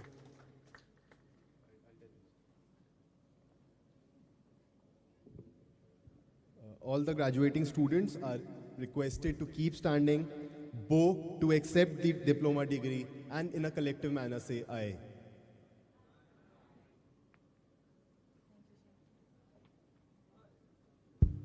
I now request in charge registrar to present the register of graduates to the nominee of the Honorable Chancellor for his signature.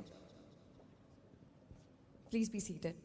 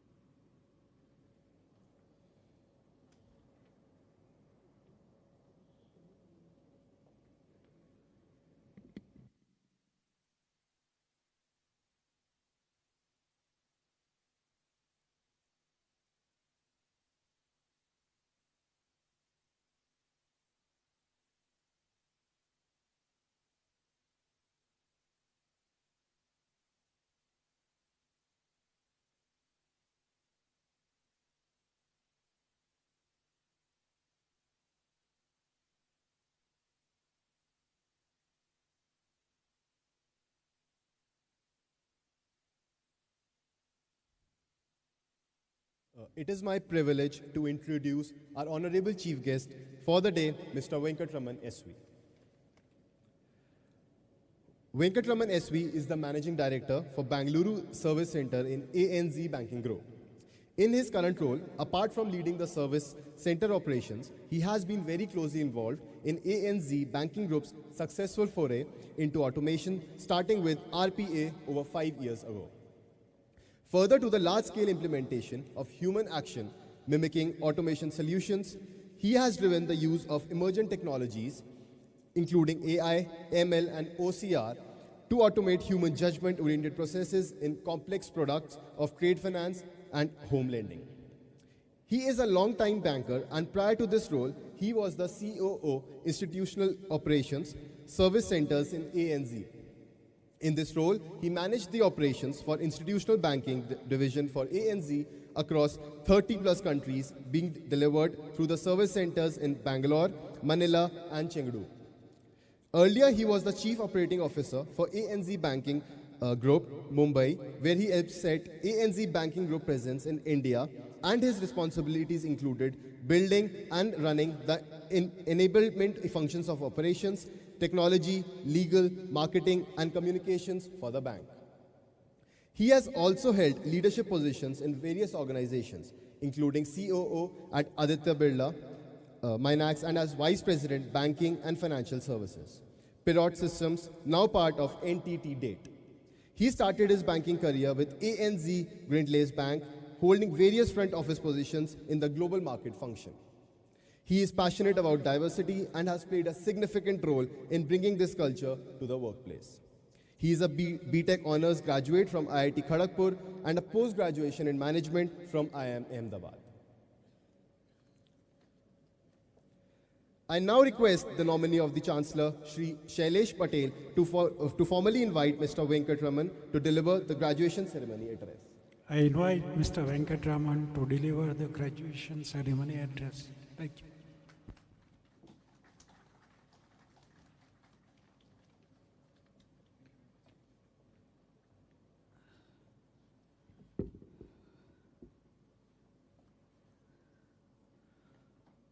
So let me start with a story, and then I'll revert to my formal address.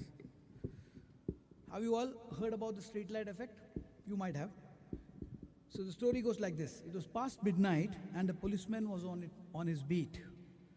He saw a drunk searching for his car keys under the streetlight, as drunks usually do, very frantically. The cop asked the drunk, what was he looking for? The drunk said he had lost his car keys and was hunting for them. In a bid to help, the policeman also started to look for the keys. After a few minutes of fruitless searching, the cop asked the drunk, are you sure you dropped the keys here? No, I dropped them across the street, said the drunk. Then why are you searching here? Asked the policeman. Well, this is the part of the street that has a street light, replied the drunk. Many of us look for exotic sources for knowledge, while common sense can do the work in most cases. The others refuse to dig deep and rarely go beyond what is obvious. We will come back to this at the end of my address. Now for my formal address. Thank you, all the freshly minted MBAs. And you come first today because this is your day. And of course, all the parents that are here. I must tell you as a fellow parent, the work is not done yet, my friends. It will keep happening. And now for all the dignitaries on the stage, Shailesh Bhai Patel and Professor Ramesh Bhatt and the two professors from the esteemed institute. A special respect to Professor Ramesh Bhatt, who I sort of met last 30 years ago when I graduated like this from Ahmedabad. I must tell you guys, he has not changed at all. I have changed a lot in several kilos and inches. I was half scared that he might ask me the difference between current liabilities and current assets. Welcome and to all of you, and thank you for inviting me here. And firstly, congratulations to all the new graduates. The MBA is a phenomenal experience, isn't it? I have an MBA, and perhaps surprisingly, it doesn't stand for more bad advice or even mediocre but arrogant. IIM Ahmedabad is the place where I learned Excel spreadsheeting and MS PowerPoint in the most expensive way possible. I was just joking, sir. It is where I learned to use phrases like competitive advantage, cash cow, paradigm shift, etc., with a completely straight face. It's also the place where I learned to, importantly, nod very, very seriously, even if I knew nothing about what the other person was saying. But I'm not here to tell you what you already know about the MBA today.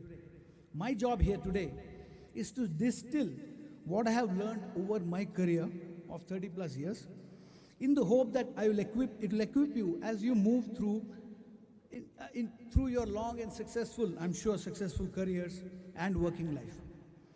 But excelling professionally is not all that you will look for as you lead a fulfilling life. The years ahead are going to be vital in exploring and uncovering your shadow self. What is the shadow self, you ask? The shadow self is a part of you that has remained in the shadows, but under the right circumstances can emerge and make your life richer and more vibrant for it. When you have a closed door, a captive audience, and the chief guest title, what do? You give advice. That's what I'm going to do today. So today, I'm going to be sharing with you 10 principles. The principles that have cultivated and relied on time and time again. Some of them are straightforward, some need explanation, and a few you will remember, most you will forget. As many of you may have already forgotten a lot of what you learned in the past 2 years, now that the exams are over. But there have been principles that I have returned to over the course of my career several times. So let's jump into them. Principle 1, lean into differentness. It is that term, differentness, that I really like. It's a beautiful term. Gandhi said, be the change you want to be, but if you don't know the change that you want to see, help someone. Help someone who needs things to change so that they may be seen as someone driving a change. What do I mean? Be an ally. True appreciation for diversity comes this way. Take your empowerment, which you all have, and empower others. Make a difference, or let other people show their differentness. Be it through contributing to the company's corporate social responsibilities, and all firms have that now, or simply trying to develop something that makes your team more accessible, speak out and get involved. Even if it seems to you that no one's listening, be assured there is someone out there noticing you. The world is looking to learn from the Gen Z that you represent. Number 2, be comfortable with rerouting where there is traffic. And I don't mean the rerouting that Google Maps does in crowded city like Bangalore. Your ability as a manager relies heavily on how you respond to fast evolving situations that are often beyond your control. What you can control is your response. March 23rd, March 24th, 2020, does the date sound familiar? I'm sure it does. We all remember that date. Overnight, we had to move all our 7,500 staff to work from home. Rapid change, fast adaptation, solving problems on the go, call it whatever, it had to be done. One of the most endearing images I have of that day is 2 of our people packing their own desktops and carrying them down our office building without even waiting for the packers to come. They rerouted.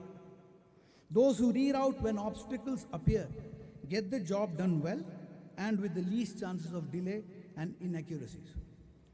Sometimes it's okay to get only 8 out of 10 right, as long as you do those 8 fast enough. Number 3, sometimes maps just don't work. Be comfortable directing yourself. Sometimes you'll not have a template or a protocol or a list of instructions that you can use. No one else does too. Take heart from that. You will have to create it yourself. In 2010-11, when we set up ANZ's new branch in India, there was very limited institutional knowledge of setting up a new branch in a new country in the bank. The bank had not done it for over 2 decades. It required us to create our own frameworks, try, test and learn, and create artifacts from scratch. No Control-C, Control-V, my friends. Once again, being mostly right with enough flexibility to change as if things do not evolve the way you thought it would is okay. Number 4, practice saying, I don't know. Today is a day that marks your success, and I want to acknowledge that. You are already among the most successful people of your age. But that doesn't mean most of you haven't tasted failure or will not encounter it ever.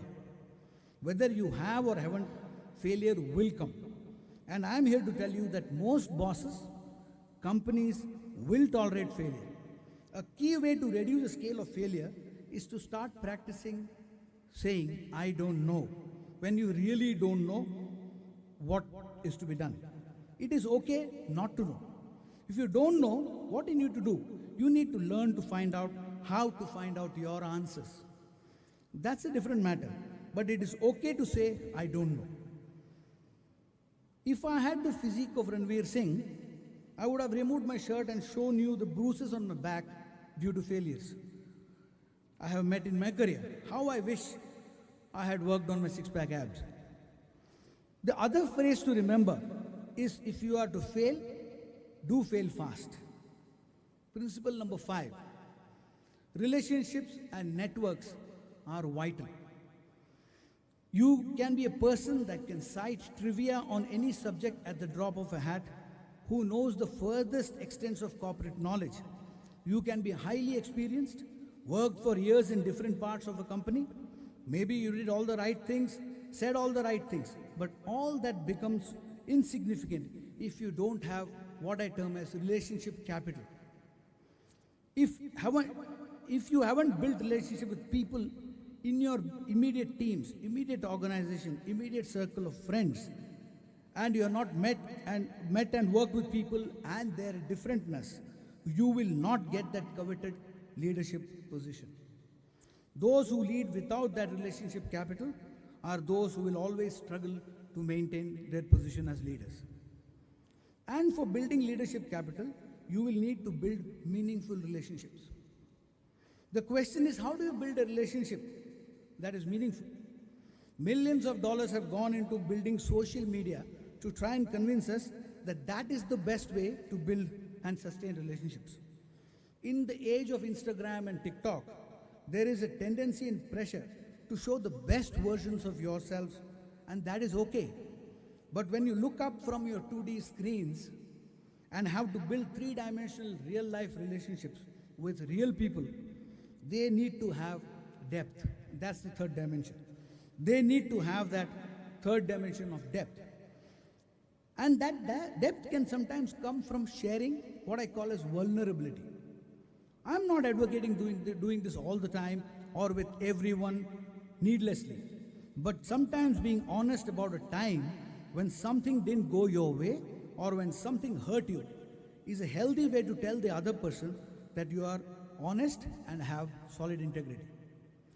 And while I'm talking about honesty and integrity, I should say that they need to be the cornerstones of your management practice. Spend time thinking about what honesty and integrity means to you as values, because that is a catalyst to success. Stay with me here. We have reached almost the halfway mark. Number 6, establish your value and purposes. They may change and evolve over time, and that's okay, but clarifying your values and your purpose, why do you exist, both as a company or as an individual that you work for the company, as a company, into the company, will streamline your decision making. Once you know your values, they form the guardrails, and you only need to ask, am I making the decision that is consistent with my values? The more consistently we live with our values, the more content we are likely to be. Principle 7, be empathetic. An article published recently by Harvard Business Review established that empathy is a human attribute that cannot be replaced by AI. Professor Bhatt told us about a few other things that AI cannot do, but empathy is clearly not in the scope for AI. Empathy is neither a grand philosophical concept nor an innate sentimentality that only some people can possess. Empathy is a skill, and it can be worked on intellectually. It can be practiced cognitively. Being empathetic is being intelligent. So when someone shares their differentness with you, when they are vulnerable with you, and please ensure you are empathetic. You might not be able to help. You might not even be in a position to help. Maybe you don't even want to help, but be empathetic. Create a safe place for people to share. At ANZ, our systems of allies, confidentiality, and focus on empathetic leadership attempts to do just that.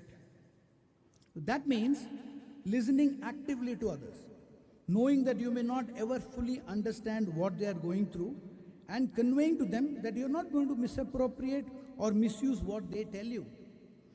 This sometimes in practice looks like trying to imagine walking in their shoes. Sometimes in practice, it can look like thinking carefully before responding to something or someone, thinking of how you will respond to them, the words you are going to use, etc.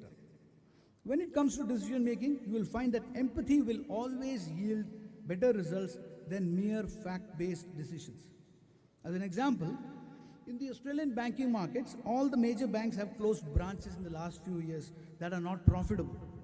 In the process, several people who are used to get their banking work done by visiting branches were impacted. Empathetic handling of the difficult situation rather than a pure spreadsheet-based approach resulted in ANZ coming up with many more smart ideas to make sure that the same people get the kind of banking experience that they look for. Principle 8, the how matters more than the what. Not every person you manage is going to be a high performer in the same way. Some will be talented but lack consistency and rigor. It can be tempting to give our attention to the most talented, but train yourself to see the high performers that high performers can also be those who work steadily and consistently to take you across to the finishing line. Many years ago, when I was running the markets business for the bank in India, I had two top performers, both brilliant but both lone wolves, who liked to work by themselves and their competitive nature knew no limits. I had to physically sit in between them to ensure they don't come to blows. The operations teams were scared to deal with them. Their outcomes were strong, but they were definitely not team players. I also had a few who were high performers, not necessarily the topmost in terms of revenues, but worked well as a team, were friendly and approachable, and the support staff loved them. Today, the second group is the one that is occupying leading positions, delivering to meet a purpose through teamwork, collaboration, and values means a lot more than just busting your number targets at any cost. Principle 9. Your classmates are rarely as successful as you think they are. Instagram's insecurity, I'm told, is a very real thing. And how can it not be?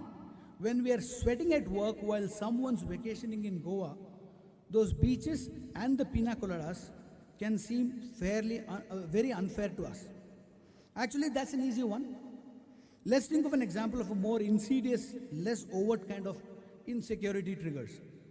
You are at home, tired after a long day of work, tired after supporting other people's differentness, building relationships, rerouting your careful value-based decision making, and you are cooking food. Everyone has to. Only to see on Instagram that your classmate is off eating at Lupa or any other top restaurant. I'm told Lupa is the most happening restaurant in the city at this moment. What happens to you? The trick is to ground yourself in reality and remember that these photos are designed to trigger dopamine or cortisol, take your pick, in your brain. Number 10, boring is good. Moments of creativity, flashes of brilliance, we all have them. And they are good moments to have. And they should be nurtured and enjoyed. But they are just that, flashes, things that will leave you soon.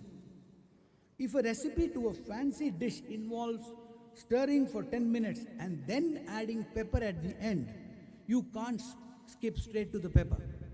You need to do the stirring. It will be boring and it will be dull, and you would rather take a shortcut. But if you're not going to do the process, the benefits of those flashes of brilliance will not last. Regular, consistent work is more important than those flashes of brilliance. As the coach for the Swedish ice hockey player, Nicholas Lidstrom, said, being a good pro, and this person is definitely a pro, is doing the same simple things over and over again. A lot of really good players are bored to death with the process, but he has found a way to enjoy it. To fuel the energy, you need to apply it to these principles, or if you found them all rubbish, or go ahead and rewrite them. Having a well-rounded personal life really helps. So for that, here are some things I tell to my daughters as they roll their eyes at me. Some of you laughed a little too hard there, but that's okay. But I will continue to insist on telling them this for the rest of my life. Number 1, read. When I say read, I don't mean you read the heaviest and the most important things. Read fun and funny things. Poetry, news, graphic novels, whatever. But read, because reading is the key to cultivating a sustained receptiveness in our brains. Manage your personal finances attentively. I like what the book Psychology of Money says. save for no reason. Skip the fancy frappuccinos and stick to regular filter coffee. The money that you save will come in handy when you want to travel or when you need a new phone that has 6 cameras and 1 billion megapixels. More importantly, the proverbial rainy day, make no mistakes, will come. Number 3 is presentation matters. So the choice between distressed jeans and regular ones is a real one.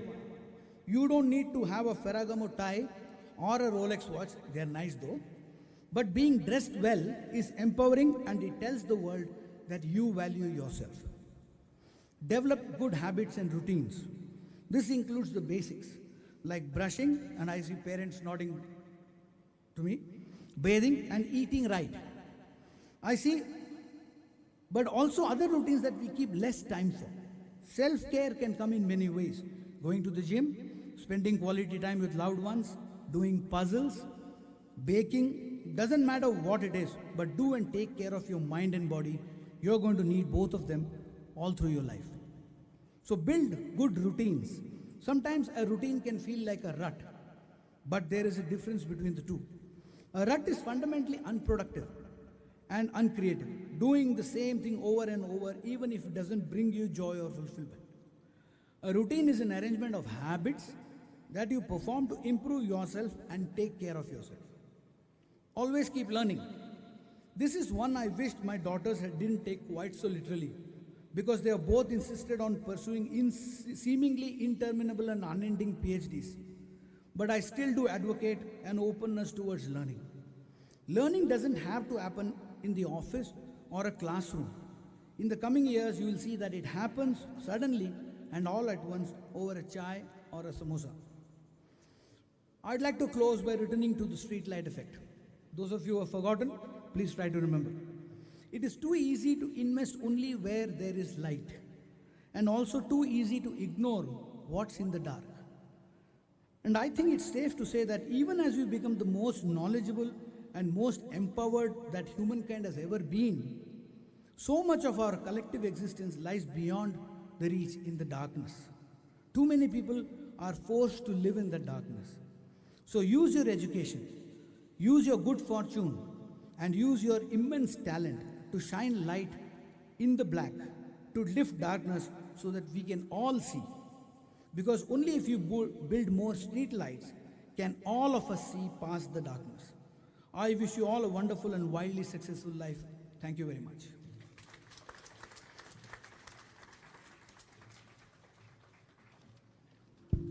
Thank you so much, sir. I'm pretty sure our graduates here will absorb these key learnings and implement them in their upcoming future. We would like to thank the nominee of the Honorable Chancellor, Shri Shailesh Patel, Honorable Vice Chancellor, Dr. Ramesh Bhatt, Honorable Chief Guest, Mr. Venkataraman SV, Deputy Director, Dr. Naraini Ramachandran, and Dr. Ashish Daptardar, Additional Registrar, for gracing us with your presence in the graduation ceremony. We would also like to thank the faculty, the students, the parents, and the NMIMS staff for this ceremony.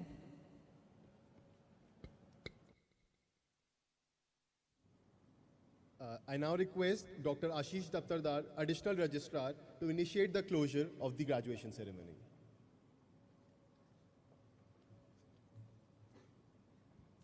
I request Shri Shailesh Patel, nominee of Honorable Chancellor, also Chairman of Local Managing Committee of NMIMS Bengaluru, to declare graduation ceremony 2023 closed. Declare the graduation ceremony 2023 of the NMIMS Bangalore Campus closed. Thank you.